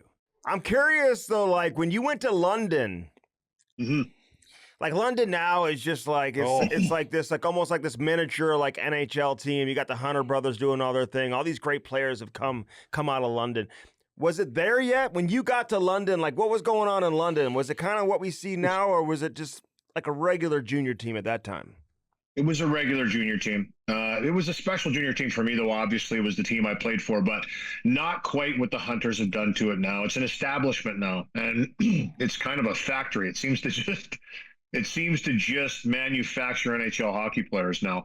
But you know what? It had a history. There's no question about it. Every junior team does. Every junior team has a story. The unique thing about London was we played at a different rink. It was the London Gardens, and it was on the edge of town. Now, Cam, I don't know if you ever came across. Did you ever come across that building in your time? Hell yeah, baby. Yeah. You didn't play in the new building? I played in both. Oh, okay. Yeah. Yep. Okay. So you got to see the transition into the brand new, beautiful building downtown London. But for me, the great thing about that building was, and I've heard this from former players that I played against. Sean O'Donnell had some great stories about driving down the highway, looking over, seeing the London Gardens, and having to come off the highway. It was out in the middle of nowhere. There was nothing around it. So it was just one of those things where when you pulled in there, you knew it was time to go to war. And we tried to make it a tough building to play, and we had a really tough team. Like as a rookie, Jim Sprott was a 20-year-old that came back, Trevor Dam, Paul Holden. I mean, we had guys that were big, had been around the league, and as a young guy going in there, I tried to fight all the tough guys my first year, but I was just one of the guys down the list, to be honest. It was fun to play on that team. We went to the conference final and lost to the Niagara Falls Thunder. Brad May, Denny Vial, Brian Fogarty was on that team. It was a powerhouse team. They ended up losing to Peterborough, Ty Domi's Peterborough, and Peterborough went on to the Memorial Cup that year. But it was just a regular junior team, but it was a special junior team. The owners were great, and you know what? It was just an establishment that you were proud to play for, and the green, gold, and white colors. Right? It was unique. It stood out. Hey, who's the heavy? Like, when you're playing juniors, especially when you played, and when I was playing there, you had the heavyweight. Who was the big dog cruising around that everybody was talking about at the time? Well, Ty Domi. Ty Domi was in the mix. He was. We only played him twice a year in Peterborough, and actually, we didn't play against each other that year. He was hurt, I believe, game one we played, or he might have still been up in the NHL. I'm trying to remember early in the season. For whatever reason, he wasn't there game one, and I was hurt game two. Actually, Denny Vial, the night before, it was a back-to-back. We played in London, and Denny Vial, it was my first technical loss, I guess. My first year as junior was against Denny Vial, and I caught him with a couple good ones early, but then he hit me in the side of the neck. He kept punching me right underneath the ear here as I turned my head, and I was on the bus, and I just seized up. Your neck just totally locks up. I don't know if you've ever had. I'm sure you've had that, Cam. Yeah, I have. Andy, talk to Andy about this. I have, Louie. Leave me out of this conversation. Yeah. But anyway, I just couldn't move my head for a couple of days. I missed a couple games for it. So I missed him the next time we went into Peterborough. But he was the guy. And, Ty obviously established that reputation over years. And he did over his career, too. He was an amazing tough guy. I look back. I got to play with Ty in New York. Got to know him a little bit, and I just always remember, looking at him and going, this guy's just, he's kind of built for this. He was like a pit bull, He was a pit bull. He wasn't the tallest guy, didn't have the longest arms, but he was just so strong. And I always said this, his arms didn't really fully extend straight. It was almost like, I'm a hunter, right? So I bow hunt, and I've hunted bear before. And bears have their tendons join a little bit further down the forearm, which gives them the leverage and the strength. That's why they're so strong, why they can rip apart roots and stumps to dig for grubs and all that kind of stuff. And that's kind of how Ty was. He had his arms kind of like this. But you know what? Pound for pound, one of the toughest guys ever to play, in my opinion. Fought everybody, never ducked anybody, knew how to play the role. So he was probably the big guy in junior at that time. There was other guys around, don't get me wrong. Like I remember Tony Joseph, I had a really good scrap with him too, actually, my rookie year. He was another guy that was a name. But Ty Domi would be the biggest name that came out of junior when I played junior. Were you there when Ty and Proby were going at it? Were you on that team then? When he was playing and when they had their two monster bouts? Were you on the team then? No, I had been traded away. Yeah, I'd been traded away. Yeah, I'd been traded away to Edmonton by that time. I remember it though. I remember it clear as day. Yeah. And you know what? Actually, yeah, that might have been before I got traded away. Now I think about it, I don't even remember what year that was. 92. Yeah, sorry. So I was already in Edmonton. Yeah, I figured I was in Edmonton. Yeah, I remember that though because by that time I had been in training camps for 3 years with the Rangers, and And Ty and I used to fool around all the time after practice. You know how it's funny. I say to the young guys today, and I've had a couple conversations with some of the Oilers players about it. If you want to get good at fighting or be comfortable fighting, I mean, I'm sure you did the same thing, Cam. We used to drop the gloves after practice all the time and just grab on, wrestle, pretend we're throwing punch. You weren't going full pull, but it was just to kind of get the feel of how to grab, how to get your body positioning, how to use your balance when you're getting shoved around. Yep. And I think it's just like any other skill. I think if you think you're going to be doing that on the occasion, you should practice. And I said, it doesn't have to be in front of all the cameras that are there now. We had the luxury back when I played that there wasn't, and even in your era, Cam, it was starting to get pretty thick with the media coverage and cameras in the building. I remember there was nobody in the building sometimes, so we could do that. And it was a little bit more part of the game, obviously, back then. But we used to grab each other to practice. And Ty Domi, I used to grab onto him, and we get you in that spin cycle where he spin you around. And so I knew that he was really strong. I knew that he was really game. And, he did the old heavyweight belt thing with Proby. And Jesus. it started a series of fights, I think, for Ty, which was great because it exploded. Probert was the heavyweight champ. There was no question about that. Yep. He was the best. He was the best at what he did. And I think all of us tough guys wanted to be like Proby. Not only the toughest guy, but he scored 29 goals the 1 year in Detroit, playing with Steve Yzerman and Gerard Gallant, who was also a tough SOB too. Right. Gerard Gallant. I mean, that guy was like he'd chew your arm off. It was like, that was old school, like Rick Tocchet kind of, template or kind of mode. It was just when they fought, they meant business. There wasn't just sometimes you get into a fight, I think, and I myself too, was you knew you were going to fight, you're ready for it. It was two tough guys going at it. It was almost set.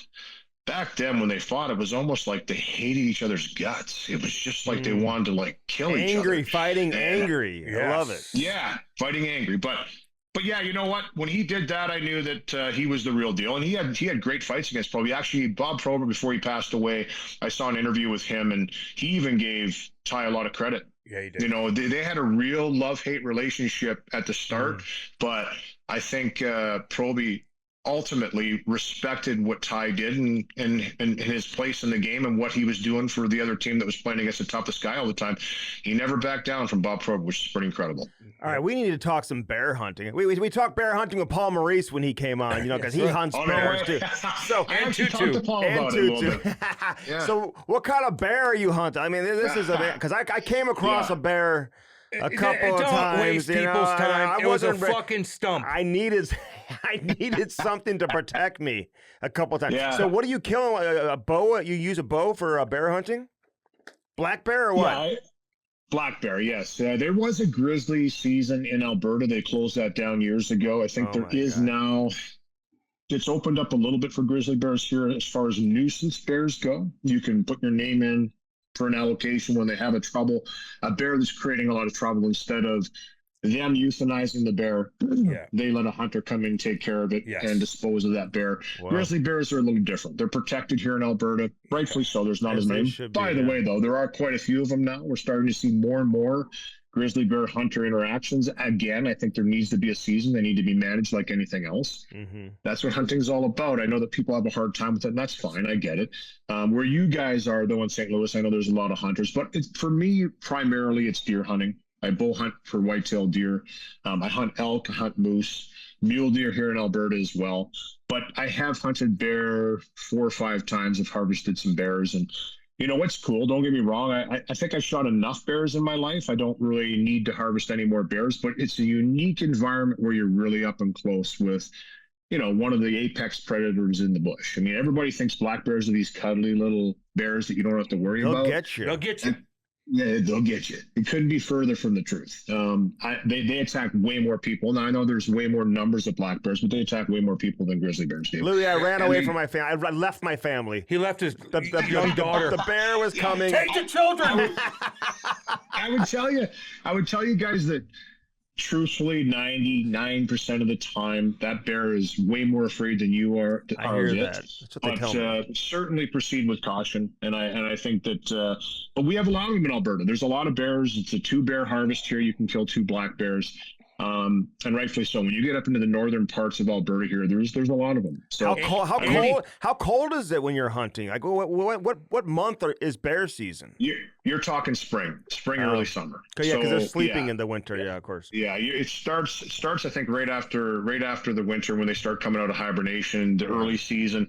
I typically would go the first week of June. I went with Wizard Lake Outfitting a couple of times, and Gunther Tondelier is a good friend of mine. He owns the outfitting business, and we would go in June, and June, kind of like the whitetail rut in November here in Alberta. And I'm sure guys that from your area there in St. Louis area, Missouri, know the whitetail rut pretty well. Oh, yeah. The bears are the same.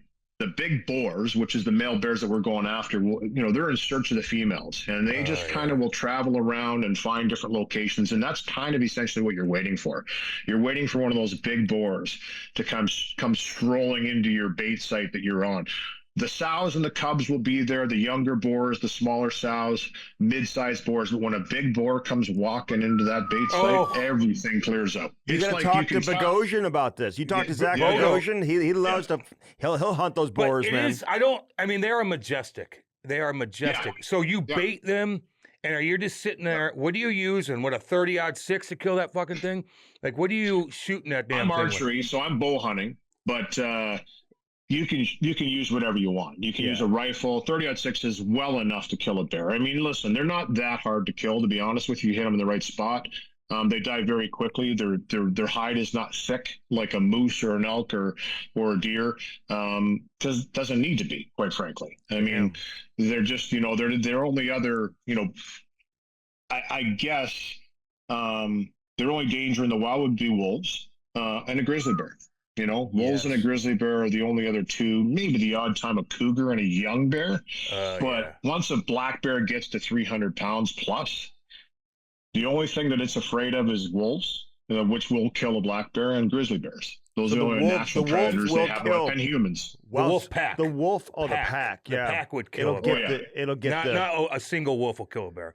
A pack. Have you ever? Well, you got to remember. So get this. So the biggest wolf ever recorded, I believe, was shot in Drayton Valley, which is just outside of Edmonton here, about 45 minutes, and it was 228 pounds. So just wrap your mind around that for a second. Gigantic. Like, you don't realize how big the wolves are in Alberta. They're massive. They're giant wolves. Not all of them, don't get me wrong. That's an exceptional wolf. Yeah. But, and the thing about wolves is they're talking about dire wolves now. Some of them look like a dire wolf from Game of Thrones, no question about it. But, the bow hunting and the outdoors has always been big on me. I started when I was a kid. My dad got me into it. My grandfather, I used to go fishing with him a couple weeks at a time in the summer times, and he was an avid hunter. And, old school outdoorsman, had a trap line, and, we would talk about that. He did all the, the fleshing and tanning himself in his own wood shop. He was a carpenter by trade, my grandfather. So I kind of learned the roots of that. Came by it honestly, and went away a little bit when I went to start playing junior hockey in London. But then my dad was actually the one that said, you got to get back out there and start doing that kind of stuff, get away from the game a little bit and do some things. So, Brian Marshman, a good friend of mine, the late Brian Marshman, we used to go fishing here. Mush and I was an avid outdoorsman. That's probably why we bonded and we're such good friends, hunting and fishing. But it's something that, has always been a part of my life, and it still is today. So, Andy thought there was polar bears in Edmonton. I had to tell him there wasn't. You never know. Hey, they're losing their habitat. They're starting to move. They're never know. To move a little bit. No. Before we move on, though, have you ever? I'm curious if Jake hunts. Yeah. And have you ever hunted like in the middle of the night, like in the dark? Like Bogosian. These guys, they do like night hunting, dude. Remember when he was saying it? Go ahead. They hunt wild boar in the middle of the night. He brought Patty in the room with him. Patty was so scared. Andy, I wish we could. And honestly, I do. But it's poaching here if you hunt in the nighttime. So you're not allowed to in Canada. Remember how scared Patty was? Clip that off for Bogo. He's going to get his license fucking yanked. Oh, shit. But is it illegal? Down in Texas, they can hunt at night. They have the night vision scopes, and it's the best time to get, obviously, nuisance animals. And boars and hogs have come really, I mean, they're I don't want to say an invasive species, but in a lot of places they are. We've had actually an outbreak here in Alberta a couple of times too. There was a bounty back on pigs and boars back in the day because they just reproduce so quickly. They become a real problem. In Hawaii, they're a problem now. They breed like fucking rabbits, and they tear. They do. They'll kill you. It's unbelievable. The king's killer. It's unbelievable. Damn. Yeah. Is But, Jake hunting?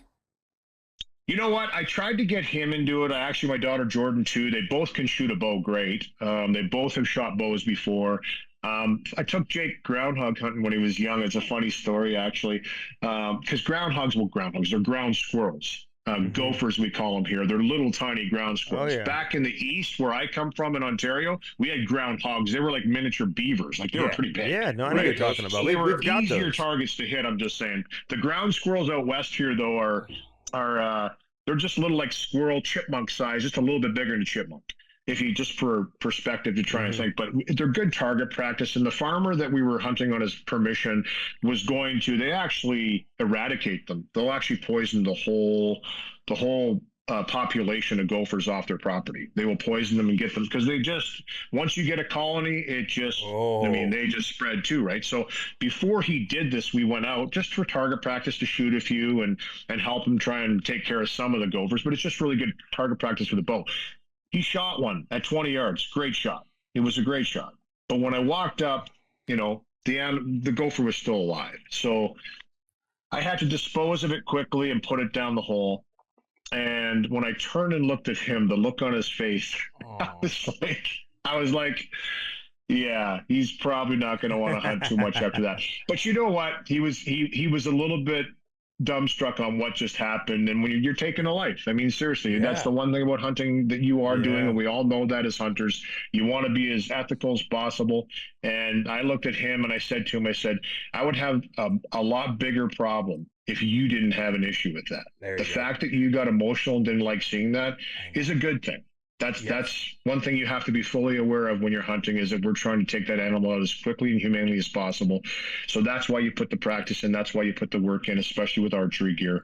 And, what I said, if you didn't have a problem with what just happened there, we'd have bigger problems on our hands. Yeah. So, but that was his last hunting experience until I took him goose hunting in the pandemic. And it was actually Darnie Kisslinger, a buddy of mine, who I also hunted bear with in Kisslinger Outfitting, terrific guiding service there that he has. He took Jake and I on a duck and goose hunt, and that was fun. That's fun because you get to see them come in. You're shooting the gun a lot. You're coordinating where you're going to shoot, and that was kind of a good bonding experience with him and I. And he actually did really well. He's an athlete, great hand-eye coordination. After he shot the gun a few times, he figured it out pretty quick. So you did that during the pandemic? So just as it was opening up, there was still some opportunities to go. So right after the bubble. So the bubble, I did 45 games in 6 weeks with Chris Cuthbert here in the Western bubble. And then we had that 3-4 months before the season started up in January, I believe, the next year. Remember, it kind of started up early the next year. And it was in the bubble too, the regular season. And we had a good 3 months right in primetime hunting for me. So I was ecstatic because I had, all of October, November, and into December to hunt. And I was in heaven because I got to put a lot of days in the bush right after that, that was the one thing you could do. One of the few things you could do outdoors during the pandemic was get out in the woods and hunt, and that was what I filled most of my time with, and it was nice to get out with him. That was in Alberta. Alberta was different than anywhere else. In the bush is what I needed to do. No, you don't. Yeah, go in the bush. That gopher will fuck you up. Yeah. That's the thing, right? Like bow hunting, you're walking in the dark. Typically, you're walking out in the dark, and there's some critters out west here that you've got in the back of your mind all the time when you're walking in the bush. We talked about them already. Mountain lions, grizzlies. You're like, oh shit. I love it. Hey, listen, I love the fact that you were traded for Messier. Baby. I mean, it's like, was that a 1-for-1 deal? Was that what that was? That? Yeah. It turned out to be a 1-for-1. That's what the guys were laughing about and joking about. I lasted the longest out of anybody that came in that deal, but Bernie Nichols was the main piece that came over. Stephen Rice, myself, some residual trades that happened after that. Dave Shaw for Boom, I think, was one of them. You saw Dougie Waite come to Edmonton for Essa Teakin, and that was when the Rangers built that powerhouse team to win in '94. But it was a great opportunity for me coming to Edmonton. But when I first got traded, I didn't even, obviously Mark Messier is a legend in the game, and I was just happy to mention the same sentence as his. But for me, I didn't really look at it that way. I looked at it as just was one of the guys that was thrown in the deal. There was also a lot of money thrown in that deal coming Edmonton's way to get Mark Messier to the Rangers, and it worked for the Rangers. You know, Neil Smith was the general manager. He was brazen. He was aggressive. Yeah. He built a team that won the Cup in '94, ended a huge drought with the Rangers. And for me, it was an opportunity to start my NHL career. For me, Glenn Sather called me right away and said, "You're a part of this deal. You're an important part. You're coming right to Edmonton." I got to play my first 25 games, which for any young hockey player, that's really all you want, is the opportunity to start and get games in the NHL. And that's where it started for me. And I've been here ever since. So, but years later, up in Slave Lake, I got to play a charity tournament with Mark. And I've got a great picture of him and I sitting beside each other in the stall. And it was the first time that I got to do a function like that with Mark. And it was kind of cool, kind of cool to be, just be around him, shoot the shit with him and break down some stuff. He's obviously doing a great job as a broadcaster now. And it's, just kind of cool to be a part of that history that brought him to the Rangers. Hell yeah. The man. Just a man, We had him on, man. We had him on. Great stories Shit, yeah. off the ice, man. I got to tell you, man, if you go back and you watch some of the elbows that guy dished out over the course of his career. I went down the Mark Messier rabbit hole on YouTube one night. Oh, yeah. I don't know if he ever would have played a game again. He would have been suspended for life in today's game. Yeah. It was incredible to me because he was the same way. He was the same way when I got to play against him. Even as a tough guy, I still had the respect that I knew that, Scott Stevens of the world, players like that, they didn't care. They didn't. If they caught you in the tracks or you were in a bad position, they just made it a hard game to play.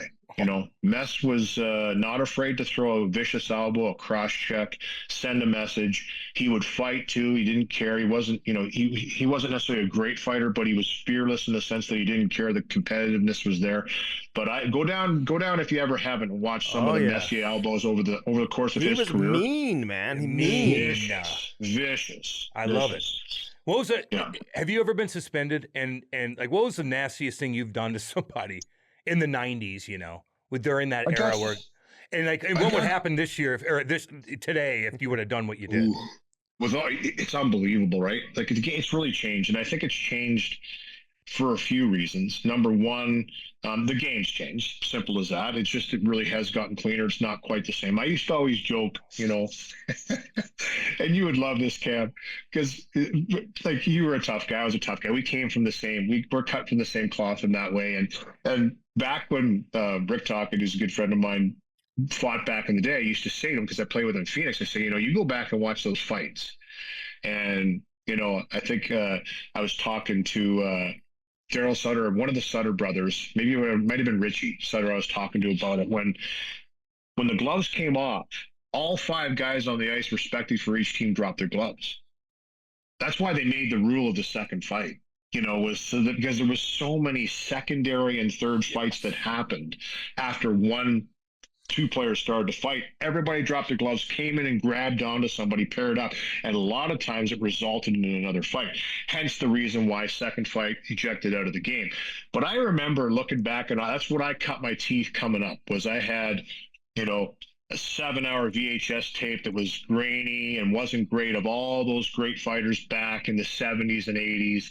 And, they were the guys that I watched, the Ben Wilsons, from John Winsinks, Terry O'Reilly's, John Gillies.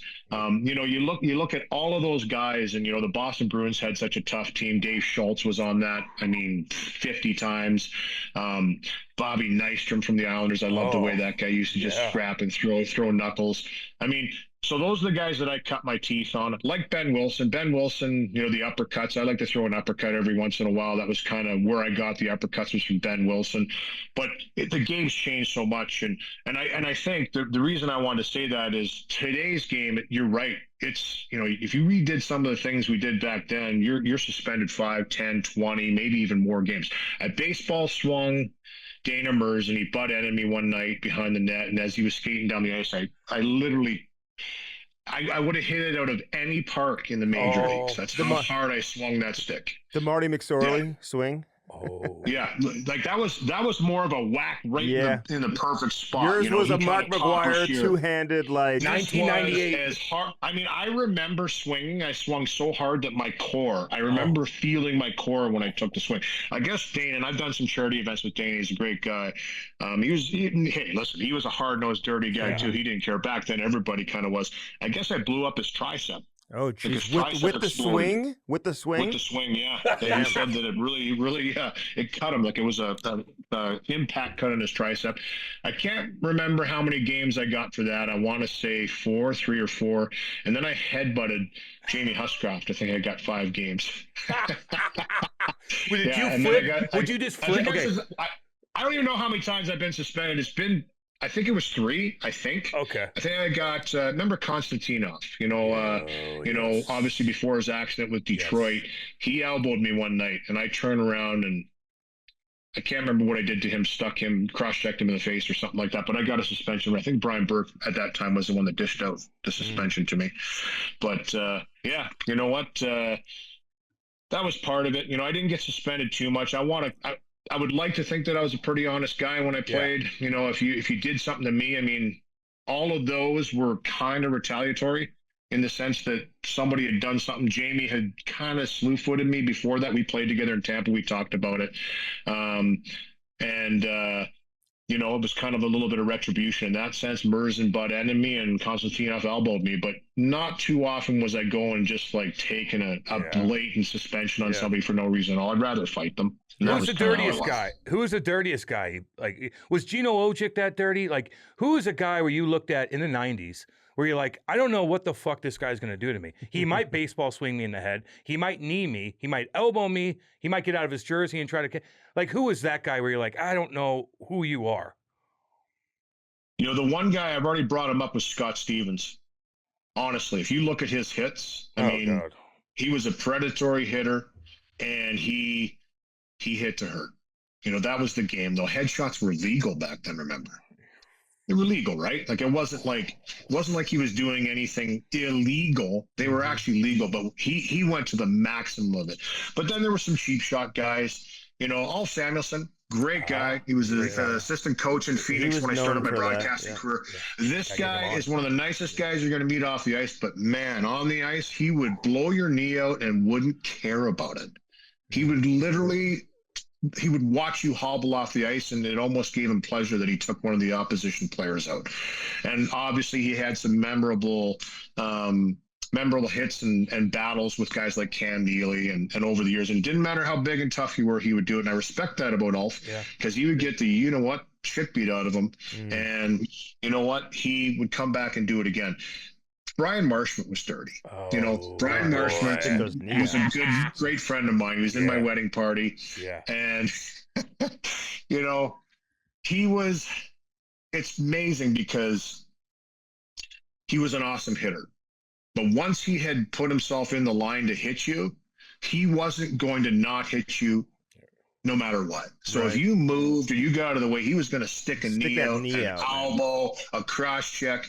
Speaking of Gino Ojic, too, one night in Edmonton, so Mush had him right in the train tracks. I mean, he absolutely came across, and he was about to blow up Gino, but at the last second, Gino looked up and saw Mush coming and got the cross check up right in his face. And the picture, I can't remember who the photographer was. It's a fantastic picture. It's unbelievable. But you can see 3 of Mush's teeth flying in the air, popping out of his face. So that was the thing about those guys. I'm saying Brian Marshman, Darius Kasparaitis. Our boy. Was another guy that he'd get was you. Another guy that wasn't afraid. He'll get you. He wasn't afraid to like blow you up. And the thing I respect about those guys is that when they put themselves in that position to hit the player, they're just at risk of being injured as well. Yeah. Once they had committed to the hit, you can't abort mission. It's like, I'm in this, and I'll give them all credit. They were all in it. They were all willing to sacrifice. Richie Pilon was another guy too that would step up and love bless Richie. guys. Richie boy. But you know what? There was a lot of guys, right? Ronnie Stern in Calgary, he was a tough guy. He fought, he'd back up what he did, but that guy was a punishing hitter. A lot of his fights stemmed from him blowing up people. And I know, Cam, you were a big hitter too. You'd run around and you could get that speed going, and it was like you're going through guys, right? And that's just part of it. It's you don't see it as much anymore, but in the playoffs, it seems to ratchet up. They're hitting each other. They're hitting each other. And they do. The first round fighting. every year gets crazy, They're man. hitting, Every they're year in fighting. the playoffs. They're emotional. Show me emotion. That's what I want. And I like the fact that with the head rule now, and I'm all for the head rule. I got a kid that plays. I don't want to see him getting his head taken off. 95% of the hits are clean hits. 95% of the hits are just finishing your check, trying to hit chest to shoulder to chest, not taking a guy's head off. It's the best hockey. That's why it is the best hockey. It gets physical, it gets intense, and there's not a lot of space out there with how big and fast these players are. Yep. It's fun to watch. What kind of hockey dad were you, man? I mean, Louie. King Louie. Been around, my kid's playing now. Yes. You see all these dads. I'm just curious, especially when your kid's good. It's funny. I heard Walt have some comment. I saw Walt when the kids were young, obviously being around that whole situation. He was definitely super into it. A lot of the former NHLers around St. Louis, man, they were all so into it, very intense. Yep. Were you intense? How much pressure did you put on Jake? I think I put pressure on him more than I think, just because, as a kid, you always think your dad's the best player in the world. He thought that, he looked up to me thinking I was obviously playing the game, but I don't think he understood the role I played.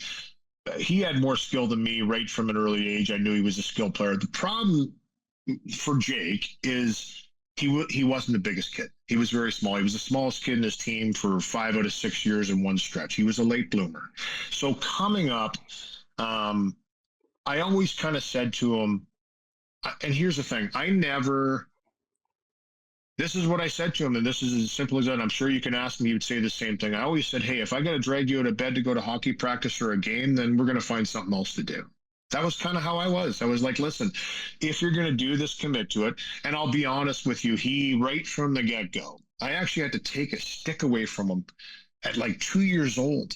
He got a little Nerf stick from my wife Cindy's, one of her friends. Trina gave him for his first birthday this little sponge stick with a puck. And that thing was in his hand 24/7. He was like a security blanket. He dragged that stick around everything, batted around with it.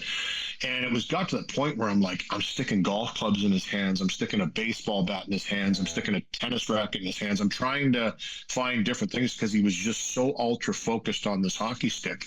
And it was my wife, Cindy, that put him into hockey for his first year. I actually was not going to force him to play hockey. I wasn't the dad that said, hey, you got to play hockey, you got to go. I was like, I want him to play lots of sports. I want him to play all the different sports, which he did. He tried tennis, badminton.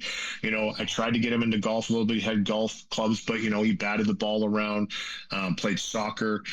For me, I was the kind of dad that said, listen, we're going to give him every opportunity to play. We're going to, we drive him to every practice, drive him to every game. I would try and encourage with what I knew about the game or what I thought I knew as far as discipline is concerned and putting the work ethic in. And that was really what I tried to instill in him was, hey, you got to go to work. Go.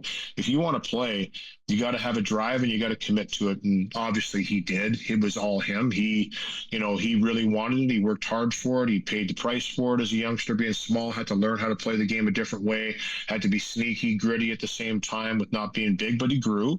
And now he's a bigger guy. And he's around the net. I give him credit. He goes to the net, scores a lot of goals in tight. And we always talked about that. Ryan Smith was the guy that used to watch. He wore 94 his first year playing hockey. And his first goal was a Ryan Smith-Smitty kind of goal, bashing away at the crease 3 or 4 times and chunked it in the backhand side. It was a greasy goal that are so important, I think, to score in the game still. But yeah, that's the kind of dad I was. I didn't really talk too much about skill, about, hey, you should have shot here, you should have passed here. For me, it was about work ethic, and he'll say the same thing today. We just had dinner. It was funny. Our paths crossed in LA, so we got to go out for dinner. And after his game, I went to the game in LA when Vancouver played LA, and then we went out for a bite to eat afterwards, which is one of the rare perks that we get to see each other. One of the great perks in the game that we don't see each other that often cross and pass. But now in Vancouver, a little bit more than Boston, and same thing. We had that exact same talk that I would have had. It's funny. I was telling my wife that he would have been when he was 12 years old. Yeah. It was the exact same. It was the same message to him as a 10-year professional vet now that I would have had with him at 12 years old. I said, hey, you got to get back to the drawing board. You got to do the things that make you successful. You know what you have to do. You've got to put the extra work in, work on skills that are deficiencies, make them strengths. All the same conversations you have when somebody's young. But again, going back to the initial, Andy, for me, it was just love the game, respect the game, and go play. If you really want to try and make it in this game, you're going to have to give it a lot. He gave it everything. I'm really proud of him. Who picked up that tab? He did. Well, yeah, he better pick that damn tab up. Yeah, he did, but doesn't prevent him from coming home in the summer and going, hey, Dad, do you have some golf shoes I can borrow? I forgot my golf shoes, and then never seeing those shoes again because we're the same size and shoes. And then, hey, do you have a driver I can borrow? Yeah, sure. Here you go. And never seeing that driver again. So things seem to disappear when it comes to that. I forgot my wallet. So, hey, kids will always be kids. Yeah. Well, you're broadcasting too, and you talk to him, and like you probably know which players he likes and which players he doesn't like. Yeah. You know who he's like, maybe has had words with on the ice and whatnot. Like, do you view players differently that maybe you talk to your kid about when you're broadcasting games, because you kind of hear maybe what they're like behind the scenes? Like, how does that make you a better broadcaster? Yeah. Or you know what I'm saying? I always try to take any information I get with a grain of salt, unless it's from the horse's mouth, right, about themselves. I've always been that way. Anytime I talk to players, I always appreciate the time they give me and any insights they can give me about their game and about what they think, because they're the guys in the heat of the battle, right? They're the ones that are right there. And even being on the bench, which I am a lot of times in Edmonton, right at ice level, watching things happen so fast down at ice level, as we all know. It's an incredibly fast game that there's a lot of moving parts. But I don't really. I'm pretty good at trying to walk in that line, I think. Even when Jake's playing games early on, maybe even too much. I was calling him DeBrusk out there. I've become a little more comfortable with calling games that he's in, calling him Jake, not afraid to chirp him the odd time. We've had some great exchanges some interviews and things like that. But, I was just trying to be the professional too. I was trying to be a pro and make sure that I was doing the game the service that needs to be done. I've always, felt that, the game is number one. It's not about me, it's about the game. Respecting the game and just trying to make it a fun experience. It's kind of how I've always looked at it. But I think it's helped me in, kind of seeing the game through a modern player's eyes. It's a skilled player. It's a skilled player that has different attributes and skills that I had. I was a decent player when I came up. Don't get me wrong. I considered myself to be a good hockey player coming up. And I know a lot of people saw me in my pro career. I did what I had to do. But when I go out there and play shinny, I can still snap it around and skate with anybody I'm skating with. But it's, he has, just a great nose around the net. He can finish. He has, that good skill. Good on the power play, great hand-eye coordination. I'll take a little credit for that though. So this is a good little tip. And so Casey Hankinson was a two-sport athlete, right? In school, he was a baseball player, hockey player, was a really good baseball player apparently. And I fought his big brother Ben back in the day when he was with the New Jersey Devils. But Jake was a youngster and got him into baseball. One of those other sports that I wanted to get him into, we were playing in Virginia Beach. I was down in the American Hockey League playing for Norfolk, Chicago's farm team, late in my career. And I said to Casey, I go, hey man, I never really played baseball because we didn't have organized baseball in Port Elgin, right? So I never played ball. My dad probably would have put me in it because he was a huge baseball fan, but I played in the playground. I was decent, but I just didn't know the game intimately because I never played it. So we put him into baseball, and I said to Casey, how can I get him hitting this ball, right? So he goes, just practice. You got to, start pitching him little little balls and just, repetition like anything else. He kind of showed me a stance. So I went to the Walmart, grabbed a big bag of those wiffle golf balls. Yeah. The golf And balls, the soft ones. On the golf balls, the little guys. Yeah. And on the beach, I would just throw them these little, and naturally they would curve and stuff in the wind and stuff, just a little bit, right? But I just chuck them into him. And, he started after a while just batting these little golf balls. And every once in a while, I'd throw an actual baseball in there, and it was like a beach ball coming at him. Yeah. He would absolutely plow it. He was a good hitter. Yeah, he was a really good hitter in baseball. Probably would have stayed in it, but he found it boring. He said, I'm out in the field. I'm waiting. I'm not, when you're not doing something. But I said, that's the great part of the game for me, is that you've got to be on when it's your time. It really teaches you to be patient, but then when it's your time to shine, you got to be dialed. I like that about baseball. But anyway, that helped him, I think, years later at tipping pucks. I think it helped him, just being in front of the net and tipping a 100-mile clapper, just kind of getting a piece of it, which, he scored a ton of power play goals in the last couple of years. That's really coming to fruition now, but he's always been good around the net. He's always been good at getting a piece of that puck and scores quite a few tip goals in his career. It's funny how that works. Really, all the parents that are listening right now, like little things that you could do. It doesn't cost any money. Go whatever. It costs cheap. Little things like that, hand-eye when they're young. But it's weird though, because I went through this too as a hockey player. Playing baseball, bored out of my mind. You know what else I was bored with? I was bored playing football.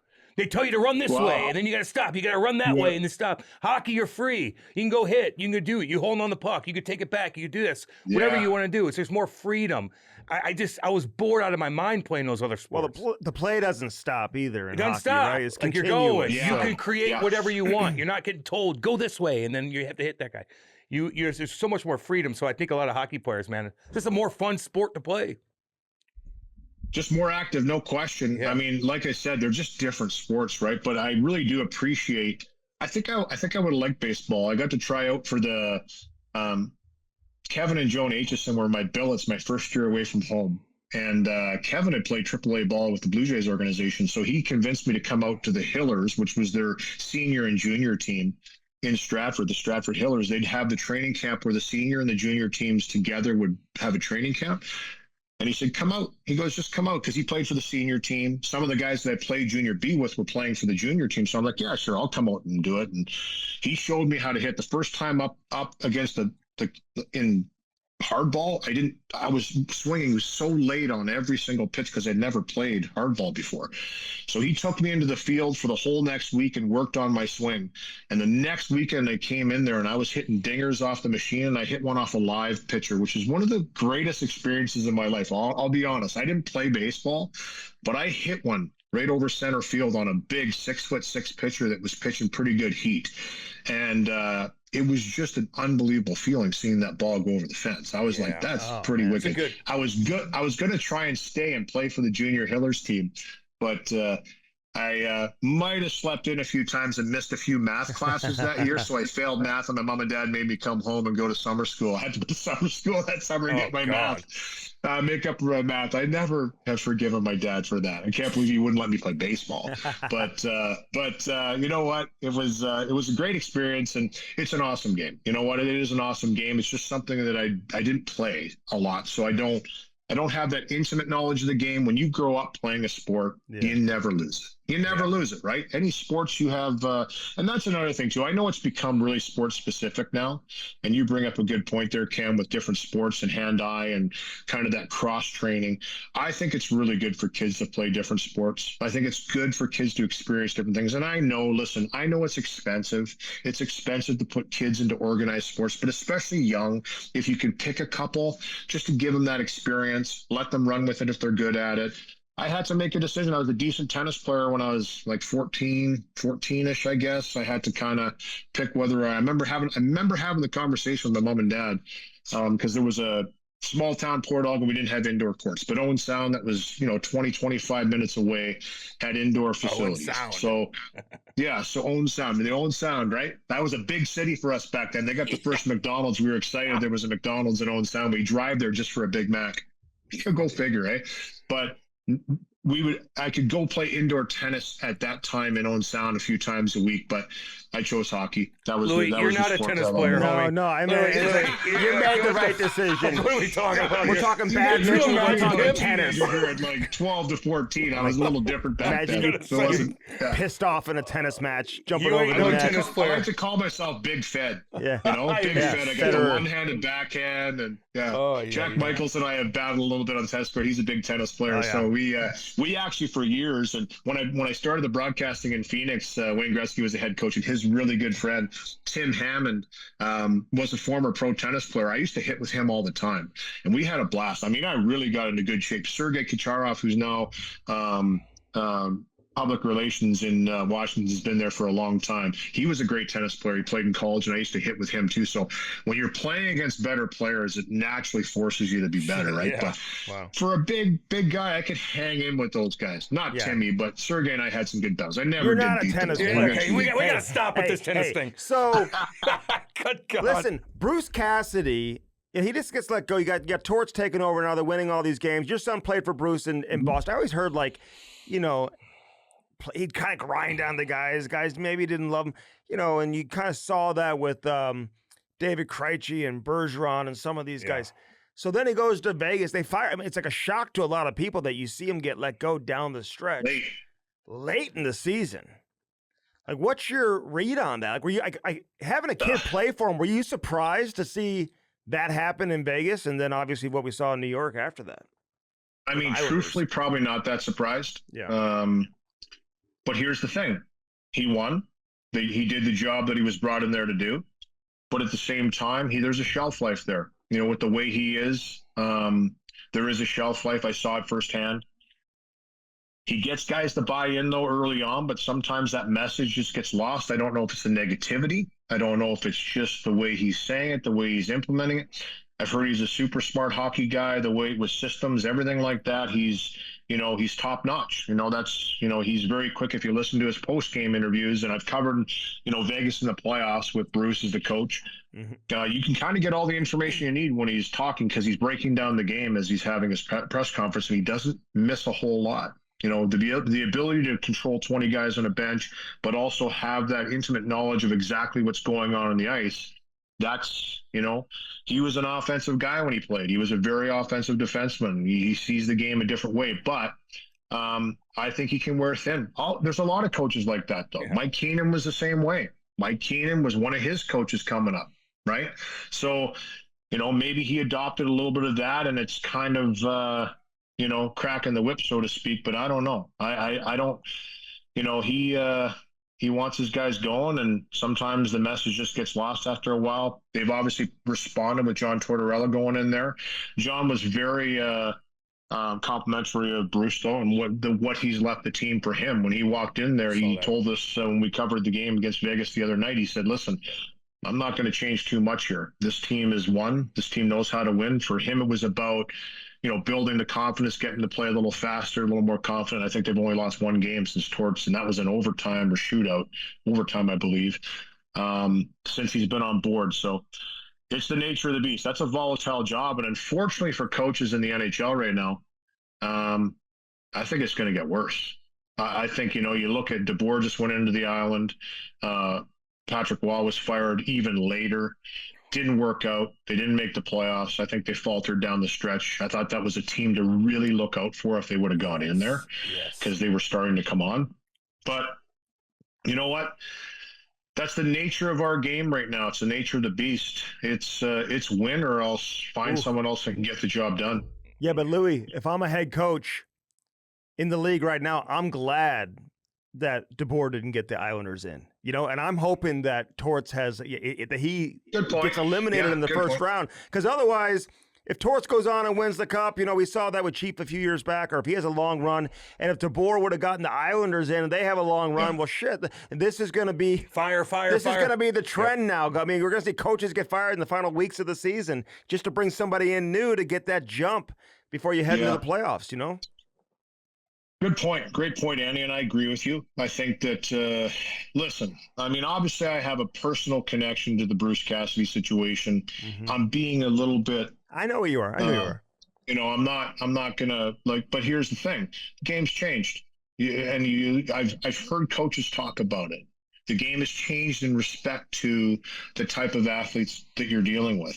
Back when I played, Cam, even when you played, I mean, I don't know how many Gatorade bins you've seen blown up by coaches and freakouts and smashing sticks and, some of the things that were said.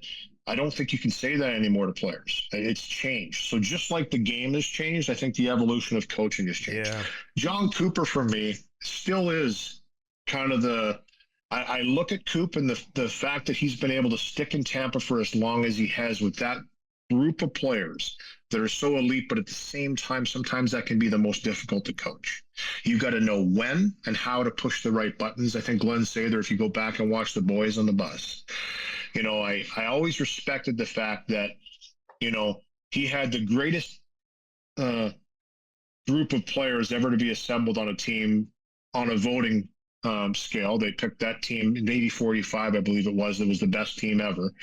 In Edmonton. But that's not always easy to deal with, that much skill and that much of personalities, egos. You've got a collection of players that all know they're pretty darn good. To get them to buy in and play the right way is difficult. It's not easy. To be able to do it and hang around for as long as he has and not have them block him out and not listen to the message, I think is another attribute that should not go overlooked from coaches in the league right now. You've got to be able to talk to your players, I think. You've got to be able to have discussions. Yes, you've got to push buttons. I'm all for pushing buttons. Yeah. You know what? And from my kid's perspective, I think that's in his way. Bruce was trying to get the best out of Jake. He was trying to get the best out of his players. But I think he could have gotten more if there was just a little bit different message from time to time. I don't think you could always just rely on this. You've got to sometimes have a pat on the back too. And I get that. for some old school coaches, that's not the way it's done. Yeah. But No, you got to in evolve. today's game, players need to know that they're doing a good job too. Players need to know when they've done something that you like. There's nothing wrong with going up and down the bench. I said this to Coop actually because I covered the Olympics over in Italy, and he was on the same flight coming back, and I remember, saying to him, John Cooper, I was watching him during the games, and he was up and down the bench. Yeah, I love that communication with coaches. So often nowadays, you see the head coach standing on the bench like this with a pissed off look on his face. Bruce Cassidy, all the time. Miserable, emotional in the game, right? I think for Coop, the reason why the players respect him is that he's up and down, he's over talking into your ear, he's tapping on the shoulder. Jacques Demers for me, Cam, every time I fought Jacques Demers, I had him for 1 year in Tampa Bay, and I fought 20 times or something that year. Every time I fought, win, lose, or draw, he came down, gave me a tap, would say, good job. That's all I need. That's all I needed. That was it. I didn't need anything else. Nothing. Just let me know that you are appreciative of the fact that I'm going to put my ass on the line every time I go out there and fight. If you do that, I'll fight anytime for you. Yeah, And That's it. yeah, the Knobloch, that's it. he's interesting in Edmonton, and you brought up Coop. What was your take when Connor was basically saying that the Oilers were out-coached by Tampa? They're organized. The way I looked at it, I was like, he just fired the coach. He literally just fired the coach. He's going to get fired now. Connor just fired him by saying, No, here's the thing, and I know people read into that a lot. Yeah. But here's the thing. They were trying to figure out their system. Yeah. And quite frankly and truthfully, it had to start with the forwards too. He was -3 in that game. Ooh, in one of the games that he was talking about. Connor's been great since then. The attention to detail has been incredible, and his points haven't really dropped off. That's the great thing about Connor, is I think sometimes he tries to do too much, like any other player. When he manages his game and picks the right times, he's such a hard guy to play against. He's great defensively. He's coming back. Just that speed offensively is there defensively as well. Try skating away from him. Good luck. He's going to catch you. He's coming. And that's why they're so successful in the playoffs, because those details are there. So I think this is just my own opinion. Okay, this is my opinion on that conversation and the way he was. He comes off, they lose. It was a tough matchup. He looks over there and he's like, that team was a well-oiled machine out there today. that team that we played against, he just had Cooper in the Olympics. Yep. So he had a taste of how he runs his bench and how he does things, led the tournament in points. So he's coming off that, and he's like, that's a well-coached team over there. That's a perfectly coached team over there, knows exactly what they're doing, their system. He was frustrated, I think, with his team's play, rightfully so, probably frustrated with his own play to a certain degree. At times, I mean, very minimal this year where you can really look at him and say he's had a tough game. That's the one thing about Connor is the effort's always there. I mean, he's always going. He's got 135 points, whatever. It's impressive. But, here's the thing, though. He's always going to get his points. He's just he's the best player in the game for that reason. You can't contain him. No matter what you do, you can play him rough. You can play him dirty, physical. You can put your fastest guy on him. You can stick two guys on him. You can pick him up early if you want to try and do that. You can cross-check him to death. It doesn't matter.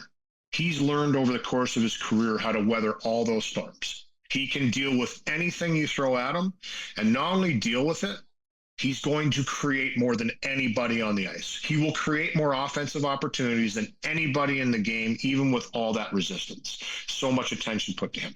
That's what makes him great. To me, now the puck's not always going to go on the net. And I think that's kind of when he starts to get frustrated as he's taken all this abuse. And there was he in the scrum in Dallas, the frustration boils over. That's Connor's way of kind of dragging everybody else into the fight too. But he's getting a little pissed off at what's going on out there too. And he's like, I need everybody up here. He's automatically there. He's always there. It's a really hard pace to follow for everybody else, but you always know that he's going to lead by example. But I think that's kind of what he was trying to do, was just like, hey, we need, and they've been better since that time. That was the turning point. So we talk about turning points in seasons.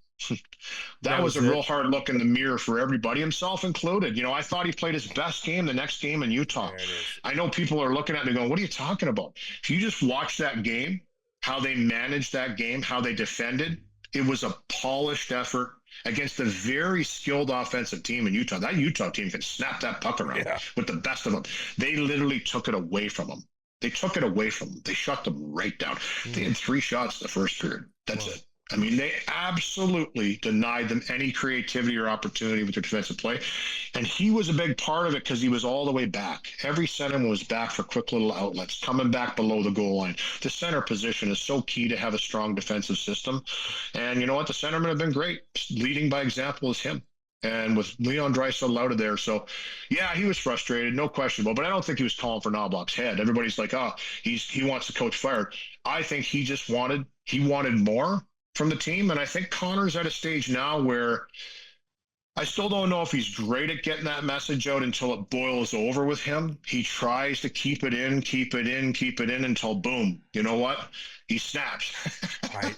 And good. You want that. That's his way of snapping, right? Like, I mean, I like it. Us, we had the luxury, Cam, of going out there, rocking someone, dropping. I've always said this, and I'm sure you feel the same way.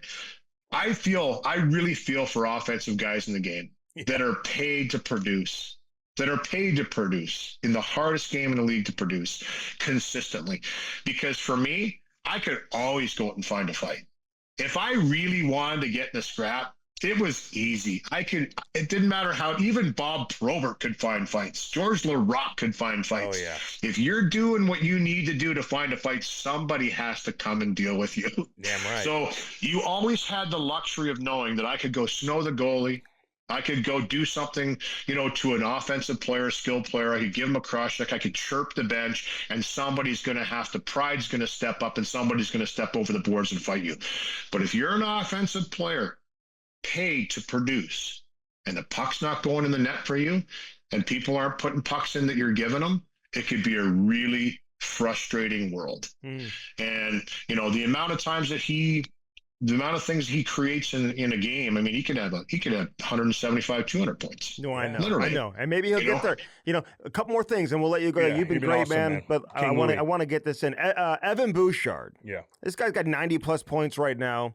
Like, what are you seeing from him this year that maybe you didn't see in the past? Or do you feel like he's playing the same way he always has and just didn't get enough credit before? It'd be the latter. He had 82 points 2 years ago. I think he had 69 or 67 last year. I'm terrible with my stats, but he's been his first 2 years in the league. He was 40 plus points, right? 40 points, 43 or whatever, 42.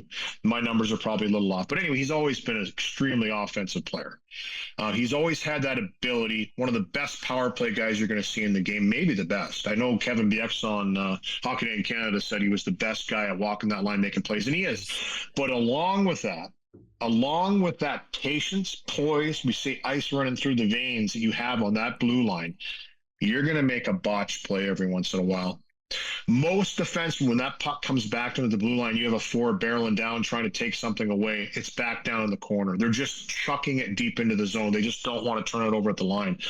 Evan is always trying to make a play. He's always trying to make a play. And he's shown that in the most critical time, which is the playoffs, he's led the playoffs in defensive scoring 3 times already. I mean, he did it the one time that they lost in the conference final. Like, I mean, he didn't even go to the final. He led in defensive points. Would you give him the Norris? Would you give him the Norris? I mean, he's right in the mix for me. And why not? He should be. I don't think he gets enough credit for how good his stick is defensively, too. And everybody always sees the botches with Bouchard, and rightfully so. He's got to clean that up. I mean, he's the funniest guy, too, by the way, when you talk to him about those. It's not like I know people might think that, like, because he's kind of nonchalant and he's so relaxed all the time that he might just not give a shit. You know what I mean? Like, whatever. It couldn't be further from the truth. I've talked to him a couple times where he made a funny comment the one time because he had a tough couple games, right? And I was like, you know, like that was a little tough. And he looked at me, he goes, if I turned it over one more time, I think Koff was going to kill me on the bench. I like that. I love that. Human. You know what I mean? Like they're humans. They make mistakes. It's frustrating though for somebody that's so skilled. You're like, oh, just a little bit of urgency from time to time. But the one thing I know for sure is when it's on the line in a critical situation, sorry, but he's right up there with anybody you want to mention on who you want to have on the ice in that situation. You got to give him credit, man. You got to give him credit. That to me is that's it, you know. And defensively, you know, we were talking about Makar last night because Colorado was in town, and you know what? Here's the thing: he's played just as many penalty killing minutes as Cale Makar, right? He kills penalties too, which people don't give enough credit for. Yeah. He's got a great stick. He's a good kid. He's young too. You know, he's not going anywhere. I think this is just his norm. And I think he's going to be probably a 75-plus point defenseman for as many more years as he plays until he gets older. That's going to just be what it is, especially on this power play with this collection. With Connor McDavid. They got unbelievable chemistry together. It's the perfect fit. It's the perfect fit. And I'll be honest, I think he can even shoot the puck more. I personally think that he can one-time the puck a little bit more. I don't know if he truly does understand how much of a weapon that is. I think Al MacInnis, right? Al MacInnis was just, you know, I remember I saw it in Calgary. I saw it in St. Louis. I played against him in the playoffs when I was with Phoenix. We won 7 games. Grant Fuhr shut us out in Game 7. We had them down 3-1 in that series. And he shut us out, and Grant Fuhr shut us out in Game 7. And Al MacInnis and Chris Pronger were over half the game. Right? And I remember Schoenfeld, who was our coach, Jim Schoenfeld, was like, we need to get on the body with these guys. We need to run these guys. We had a big physical team. You know, Keith Tkachuk played on that team, Jeremy Roenick, Rick Tocchet, myself, Jimmy Cummins was stuff. You know, we had lots, Gerald. We just had a grindy Dally, Drake, Shane Doan. I mean, that was my best chance, I think, ever to win a Stanley Cup. My best chance to go far in the playoffs and win. We had Happy Boone as the goaltender, Jyrki Lumi, Teppa Newman, and Keith Carney. I mean, it was just a great mixture of guys. And we tried real hard to hit Pronger and MacInnis, but things people didn't realize about MacInnis, he was a hard guy to hit. He was a big guy. He just weathered it. It was like, come and take a run, no big deal. Just shrugged you off. But he put out 6 guys with that shot in that playoff series. 6 guys? 6 guys. He injured 6 guys with that slap shot. Just hitting him in the ankle and the foot. Sullivan was on the team. He was my centerman. That guy's like, he's diving. Brian Noonan guys are diving in front of slap shots, trying to, you know, so it was either toes, feet, ankles, whatever. He was just, you know, he was great. Al was really good at not getting that puck up and hitting guys, you know. Yeah. But as far as the feet are concerned, and feet and ankles. Oh, God. He would do it on purpose. He'd do it on purpose to create that shooting lane for you. I'll get you. He's like, the next time you're getting out of the way. I Is think that you when- do it. Is that when Turgeon had the little tip? Yeah. Yes, Yeah. yes. It's funny. So there's a good funny story about that series. So we go into St. Louis. I had 2 goals on Grant Tier the one game. My only 2 playoff goals in my career. And it's funny. You know, we were up 3-1. We were feeling pretty good. And Turgeon hadn't done a lot this series. And I remember he bumped into me after the whistle one time. I'm like, what the hell are you doing? You know, you haven't done anything. When did you show up? You You poked the bear. You don't poked the poke bear. the bear. Never poke the bear because you never know when the bear Let is him going to turn sleep. around and bite your ass. Yeah. Look at you. But it was a good series. You know what? It was. I remember Keith Carney, Game 7, went down to block a shot and seized up because it was so hot in Phoenix, that old America West Arena. Oh, yeah. It was just so humid, and St. Louis was humid too. You guys obviously know that, but the humidity and how hot it is, and Yeah. I mean, you're just going. I played 6 of the 7 games that series. Jeremy Roenick came back for Game 7, and I was healthy scratched, but it was a great series. Tell you what, it was an awesome series to be a part of, and I think if we would have got by St. Louis that year, that was the team. Like I said, it was that close. That's such a fine line, right in the playoffs. If you get through those tough teams, I think we were getting some guys back, just starting to recover from injuries, and I just remember thinking over the years that was probably the best ensemble of guys that I played with that we probably had a shot at making a good run, being a team that was really hard to play against. Yeah. Greg Adams is another guy that was sneaky good. You'd still be in Phoenix playing if you would have won they that. would have won Probably the think cup. about it. Yeah. You changed Well, the you whole know- trajectory of that organization. It was you. It Because was of what you. you said to Pierre Turgeon, You that's did what it. led to Phoenix moving Now they're out. in Utah. Sorry. That's why they don't have a franchise there anymore. Exactly. Oh, Hey, you man. guys didn't- you Shane guys- Doan, right? Yeah. You Shane guys Doan didn't was, have any fun off the ice with that that- group. That was his breakout, that playoffs. That was when you knew he was going to be a guy. I think he scored 20 in the next 11 years or something like that after that playoffs. That was his coming out party.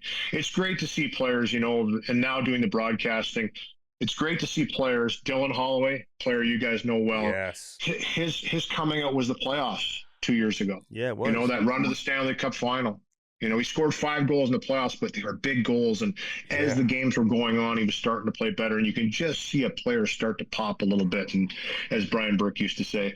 And it's nice to see because of that intensity, it just carries over. You learn to play in the playoffs, you're going to be able to play in the regular season. But is it nice to see Broberg and Holloway doing their thing in St. Louis, being in Edmonton? Like, are you looking at that like, son of a bitch? We could have had those 2. Oh, yeah. Oh, There's my no, God. I don't. That's going to be the aftertaste of that. It's never going to go away. I don't care how much friggin' Listerine you gargle with. It's not happening. But no, you know, they're good kids though. They're great kids, and you know, Broberg. I'll be honest, and I've said this before. I think for Broberg, he's a little bit of a late bloomer. He had some difficulty with injuries early in his career coming into his pro. He was banged up all the time, so you never really could see what kind of a player he was. And I think that he just wasn't ready. You know, he just wasn't ready to step in like he has now in St. Louis. I don't. I just think that, you know, the playoffs for him too are why he was offer sheeted. Simple as that. He doesn't play during the playoffs. He stepped in twice in his career in really critical, hard times in the playoffs for Edmonton, and he played well. Yeah, he And did. that's why he was offer sheeted. Again, that performance is what put him on the map and on the radar for people to go, this guy's pretty good now. But he never did come into a training camp, and I'll say this for Edmonton in defense of them, he never came into a training camp and made the team out of camp. He never came in and did enough to where you're like, he's got to be on the team. Yep. Right? So if that doesn't happen, then the right procedure, and Kenny Holland was always a patient guy with his players, put them down, play them 30 minutes a night down the American Hockey League, let them just get ready to go and chomping at the bit to come back when they do. And quite frankly, they just missed the peak. You know what? That's kind of how it went. And yeah, that was tough to see 2 really good young players step out of your lineup and not be part of your organization again. Yeah, But, we won't bash you know, good on them. Edmonton. I'm glad both of them are doing well. Yeah. They're both great guys, They're great good kids. And dudes. you know what? You know, Dylan Holloway, my son, trains with him in the summertime. Funny story for you guys in St. Louis, but he's an ox, right? Like he's super strong. Like he's just super an strong. ox. almost kind of built like you, Cam. Not quite as thick as you, but he's solid, right? I'm 260, And- baby.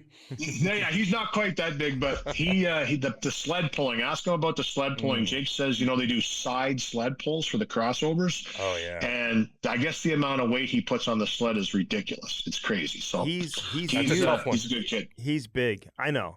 We won't bash Edmonton too much, No, but it'll no, go no, down no, as no. one of the greatest moves in St. Louis history. Put it that way. Yeah. I mean, Yeah, you know what? It was perfect timing. it was. It was. Last thing for you. Yeah. Scott Oake. I want to get. Listen, he's retiring. You did all these after hours with him, man. How close were the two of you, and how did this whole broadcasting thing come along for you? Like, where you got into broadcasting, then all of a sudden found yourself, doing such primetime events and being on Hockey Night in Canada, doing all that. Yeah, you know what, Oake, 52 years, eh? He's the one thing about Oake and the thing that I learned working with him was, and I've been fortunate enough to be around him a bit, but it's odd on those Saturday nights in the sense that, you fly in, you do the game, you fly out. I don't see him until the next weekend. When I was doing the second game on Hockey Night for however many years that was, and now it's only when Edmonton's on that second night that I would see Scott come in. But we would go out for dinner on the Friday night. The thing I always appreciated about Oake is right away he treats you like a pro. Right away he's he's trying to help. He's complimentary. There's no question it's his show. It's his show. You're just the passenger. But you know what? I wouldn't want it really any other way because that's kind of his thing.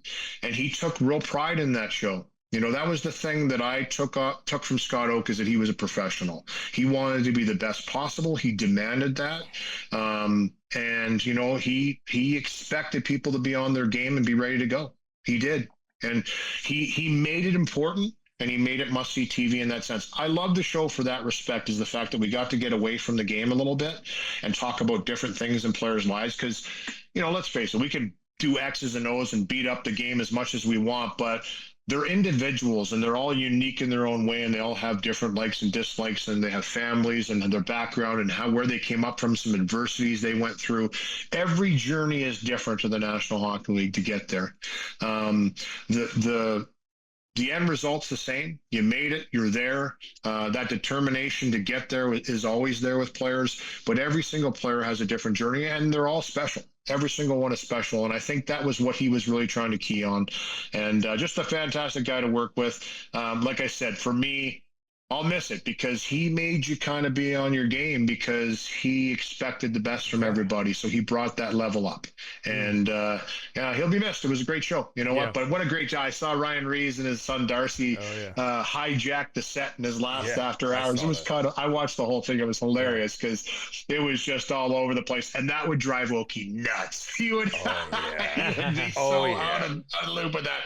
But no, you know what? I was lucky. I've been lucky to come up and work with great people along the way. And for me, to answer your question, Andy, I just I kind of fell into it. I'll be honest. I had applied for not applied, but I had called for a job here, and for the American Hockey League Edmonton team, and it had been taken. Rob Brown had filled the position, and it was. It was okay. It was my first ever thought of maybe trying to do. Morley Scott, who was the color commentator for Edmonton when I played for Edmonton, was the one that reached out to me and told me to go and see if this job could be available. And I was like, really? I never even thought about getting into broadcasting, but I gave it a shot, and it was already taken. Not 2 weeks later, Rich Nairn, who was director of public relations in Phoenix for the Phoenix Coyotes, called me. Great guy. And said, hey, you what are you doing? I said, well, I'm done. I said, I'm retiring. This was the lockout. I said, I'm pretty much, I don't think I'm going to play again. I'm going through to be a fireman, applying to the fire department. I got a couple things I'm trying, different hats on, a concrete business, siding business, my brother-in-law. That I had a few different hats I was trying on to see what I was going to do post-career. And he goes, well, listen, we want to have a separate radio crew. They were simulcasting, so their TV was being picked up by radio. They wanted to have a separate radio crew. Bob Heathouse was awesome partner. I mean, couldn't have had a better first partner than Bob Heathouse. Just no ego whatsoever. Really allowed me to grow. And he said, we want to have this radio crew. We would come down and audition for the job. I said, that's kind of freaky that I just called about a color position here in Edmonton. So I went down, did a Detroit game against Phoenix with Heater in the studio, and I thought it went pretty good. You know, it was okay. And they ended up hiring me. That's how it started. So I went down, did the radio in Phoenix for 3 years. It was fantastic. It was a great place to work. Having Gretzky at the helm as the coach there, he treated me amazingly. And you know what? That's how it started. After 3 years, though, Ray Ferrer moved to TSN. So he was doing the Sportsnet here for Edmonton. He moved to TSN to jump into the national coverage. And that position came up. And again, it was Morley Scott that reached out, who still works in radio here today, covers the Eskimos games here in town, and Elks games, Edmonton Elks, sorry. You know what? I called, put my name in the hat, and I ended up getting the job. So, yeah, it just kind of went like that. And you know what? It's a great company. I've been with Sportsnet for 18 years now, and have worked in a lot of different capacities. Have worked panel for a couple of years after 6 years of doing the regional broadcast. They obviously signed the mega deal to take over the national rights in Canada, and that was a big change in our company. And I was lucky enough to be able to jump into that a little bit and start doing national games, Hockey Night in Canada, the second game, and you know. That's kind of how it started, and then just systematically keep working. And yeah, I've worked with some amazing people, and it's hard though. You know, it's hard now to see some guys. You know, Jim Houston hung up the microphone. Yeah. Scott Oake, you know, I got to work with Bob Cole, the late Bob Cole, a few times late in his career, which was fantastic and amazing. For me, it was just, it was special because that's the guy you watch growing up and listen to. I shouldn't say watch because you never really saw Bob, but you just his voice, you know, you'll never forget that voice. You know, it was just, to me, it was iconic. You know, it's unbelievable. And it's just, when I heard that voice, I knew it was Hockey Night in Canada. It was pretty cool. Louie, I think you fucked up, dude. You should have gotten the concrete business. I don't know what you're talking about. Go to the siding. In Alberta Gone to the at 6 siding o'clock in business. the morning doing concrete work. Kick your feet up and Jesus. hunt You're bears. out of your damn mind. Yeah, God, All the I best, did it for Louie. a bit too, and I realized I didn't want to do that for too long. I respect all the guys that do, There. the hard-working people that No shit. you know, build all the stuff around us. We got it pretty good. Yeah, exactly. Just talking hockey, Yeah. baby. That's all we do. Yeah. Louie, you're the man. We Yeah. love your son, Jakey, of course. We've had him Yeah. on here, Oh, yeah. and we're rooting for him. I'm glad we got you on. I'm glad we got to see your beautiful Yeah. face, too, because I know you didn't know if it was going to be on Zoom. I go, I need to see you, damn it. I love it. Well, thanks, guys. Thanks for having me on. Yeah. Yeah, I'm sure we'll see you around. Appreciate and, it. Yeah. Good job. All right. Good nice luck in chatting the with you. playoffs. Yeah, good luck in the playoffs. We'll be Yep. watching, Louie. All right, King Louie. Okay. See you, buddy. Take Right care. on. All right, that was Louie DeBrusk. The man. He's tough, dude. Hey, he was. I saw his Did you fights. fight him in the minors or no? No, I didn't play against him.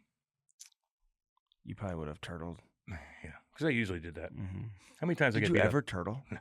One time. Oh my God. Who did Brian McGrattan fought him first year in juniors when I was a kid, and he pumped me. And it was you embarrassing.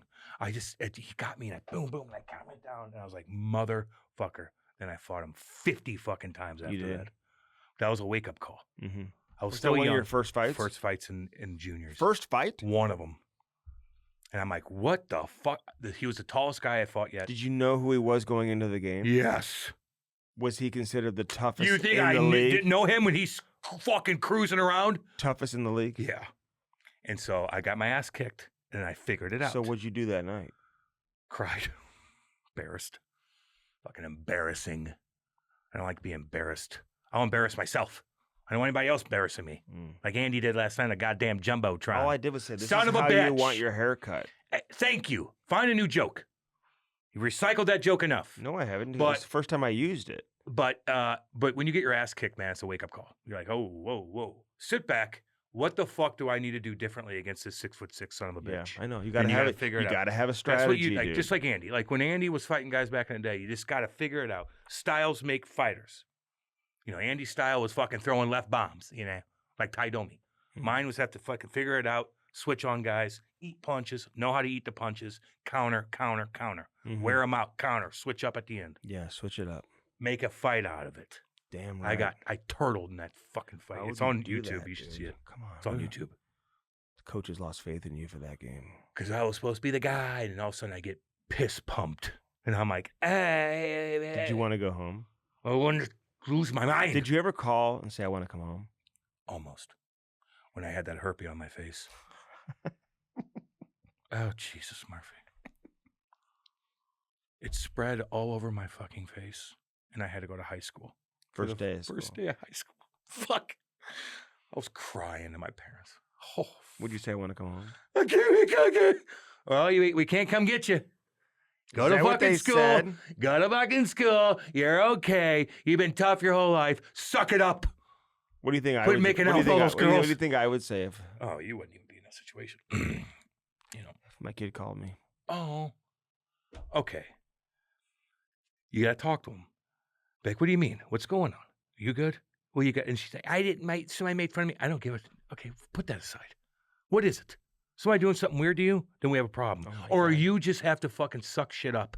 That's what the fuck you do. You're up there for a reason. Go be the man, go be the woman, and take care of business. All this shit no one's going to care about in fucking 3 months. Get over it. Cam, Now you're gonna make fun of yourself at the end when weird shit like this happens. It's gonna go away. It's gonna go away. Cam wants my daughter like traveling with like an NBA team or an are NFL team. Are you He's out of like- your he's goddamn? he's like, sure, Are you out of your nothing mind? wrong with it.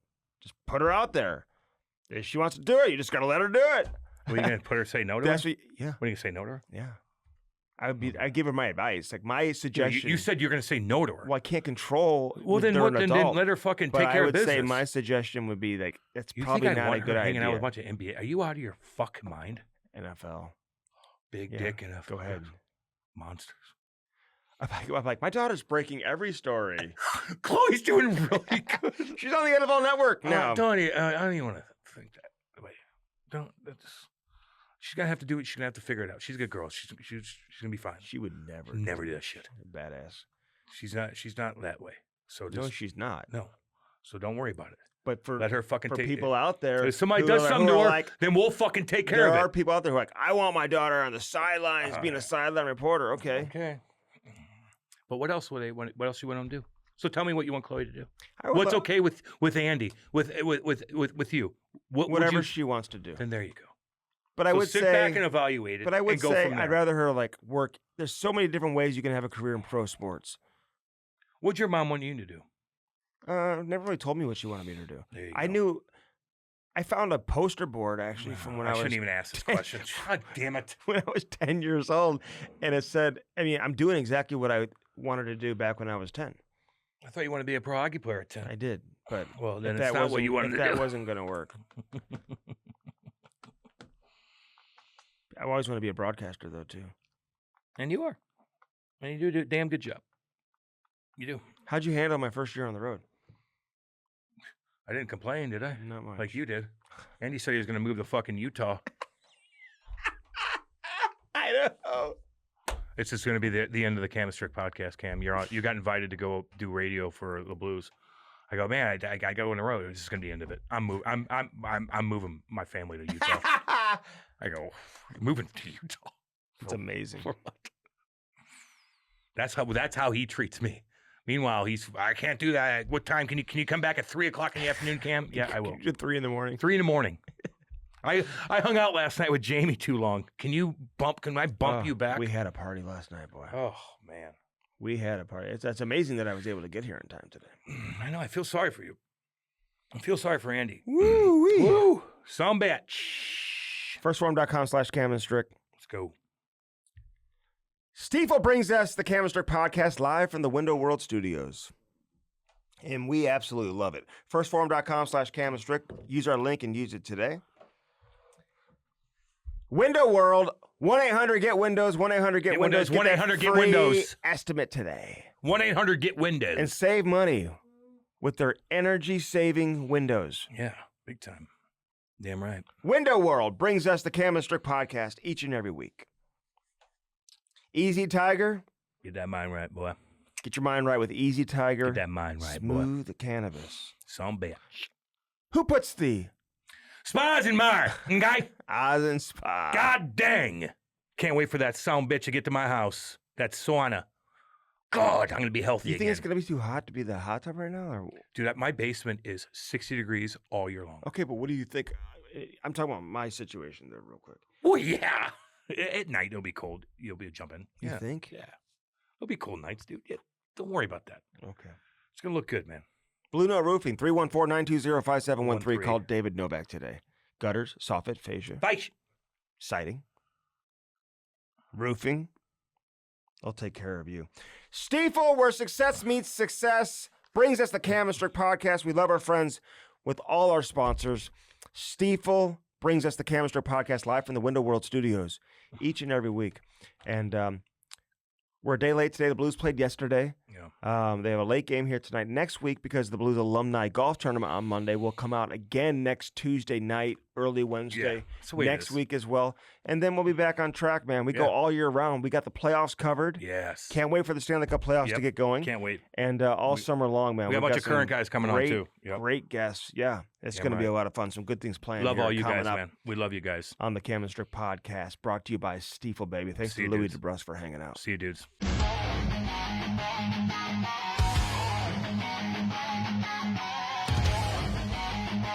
Yerk! Let's go!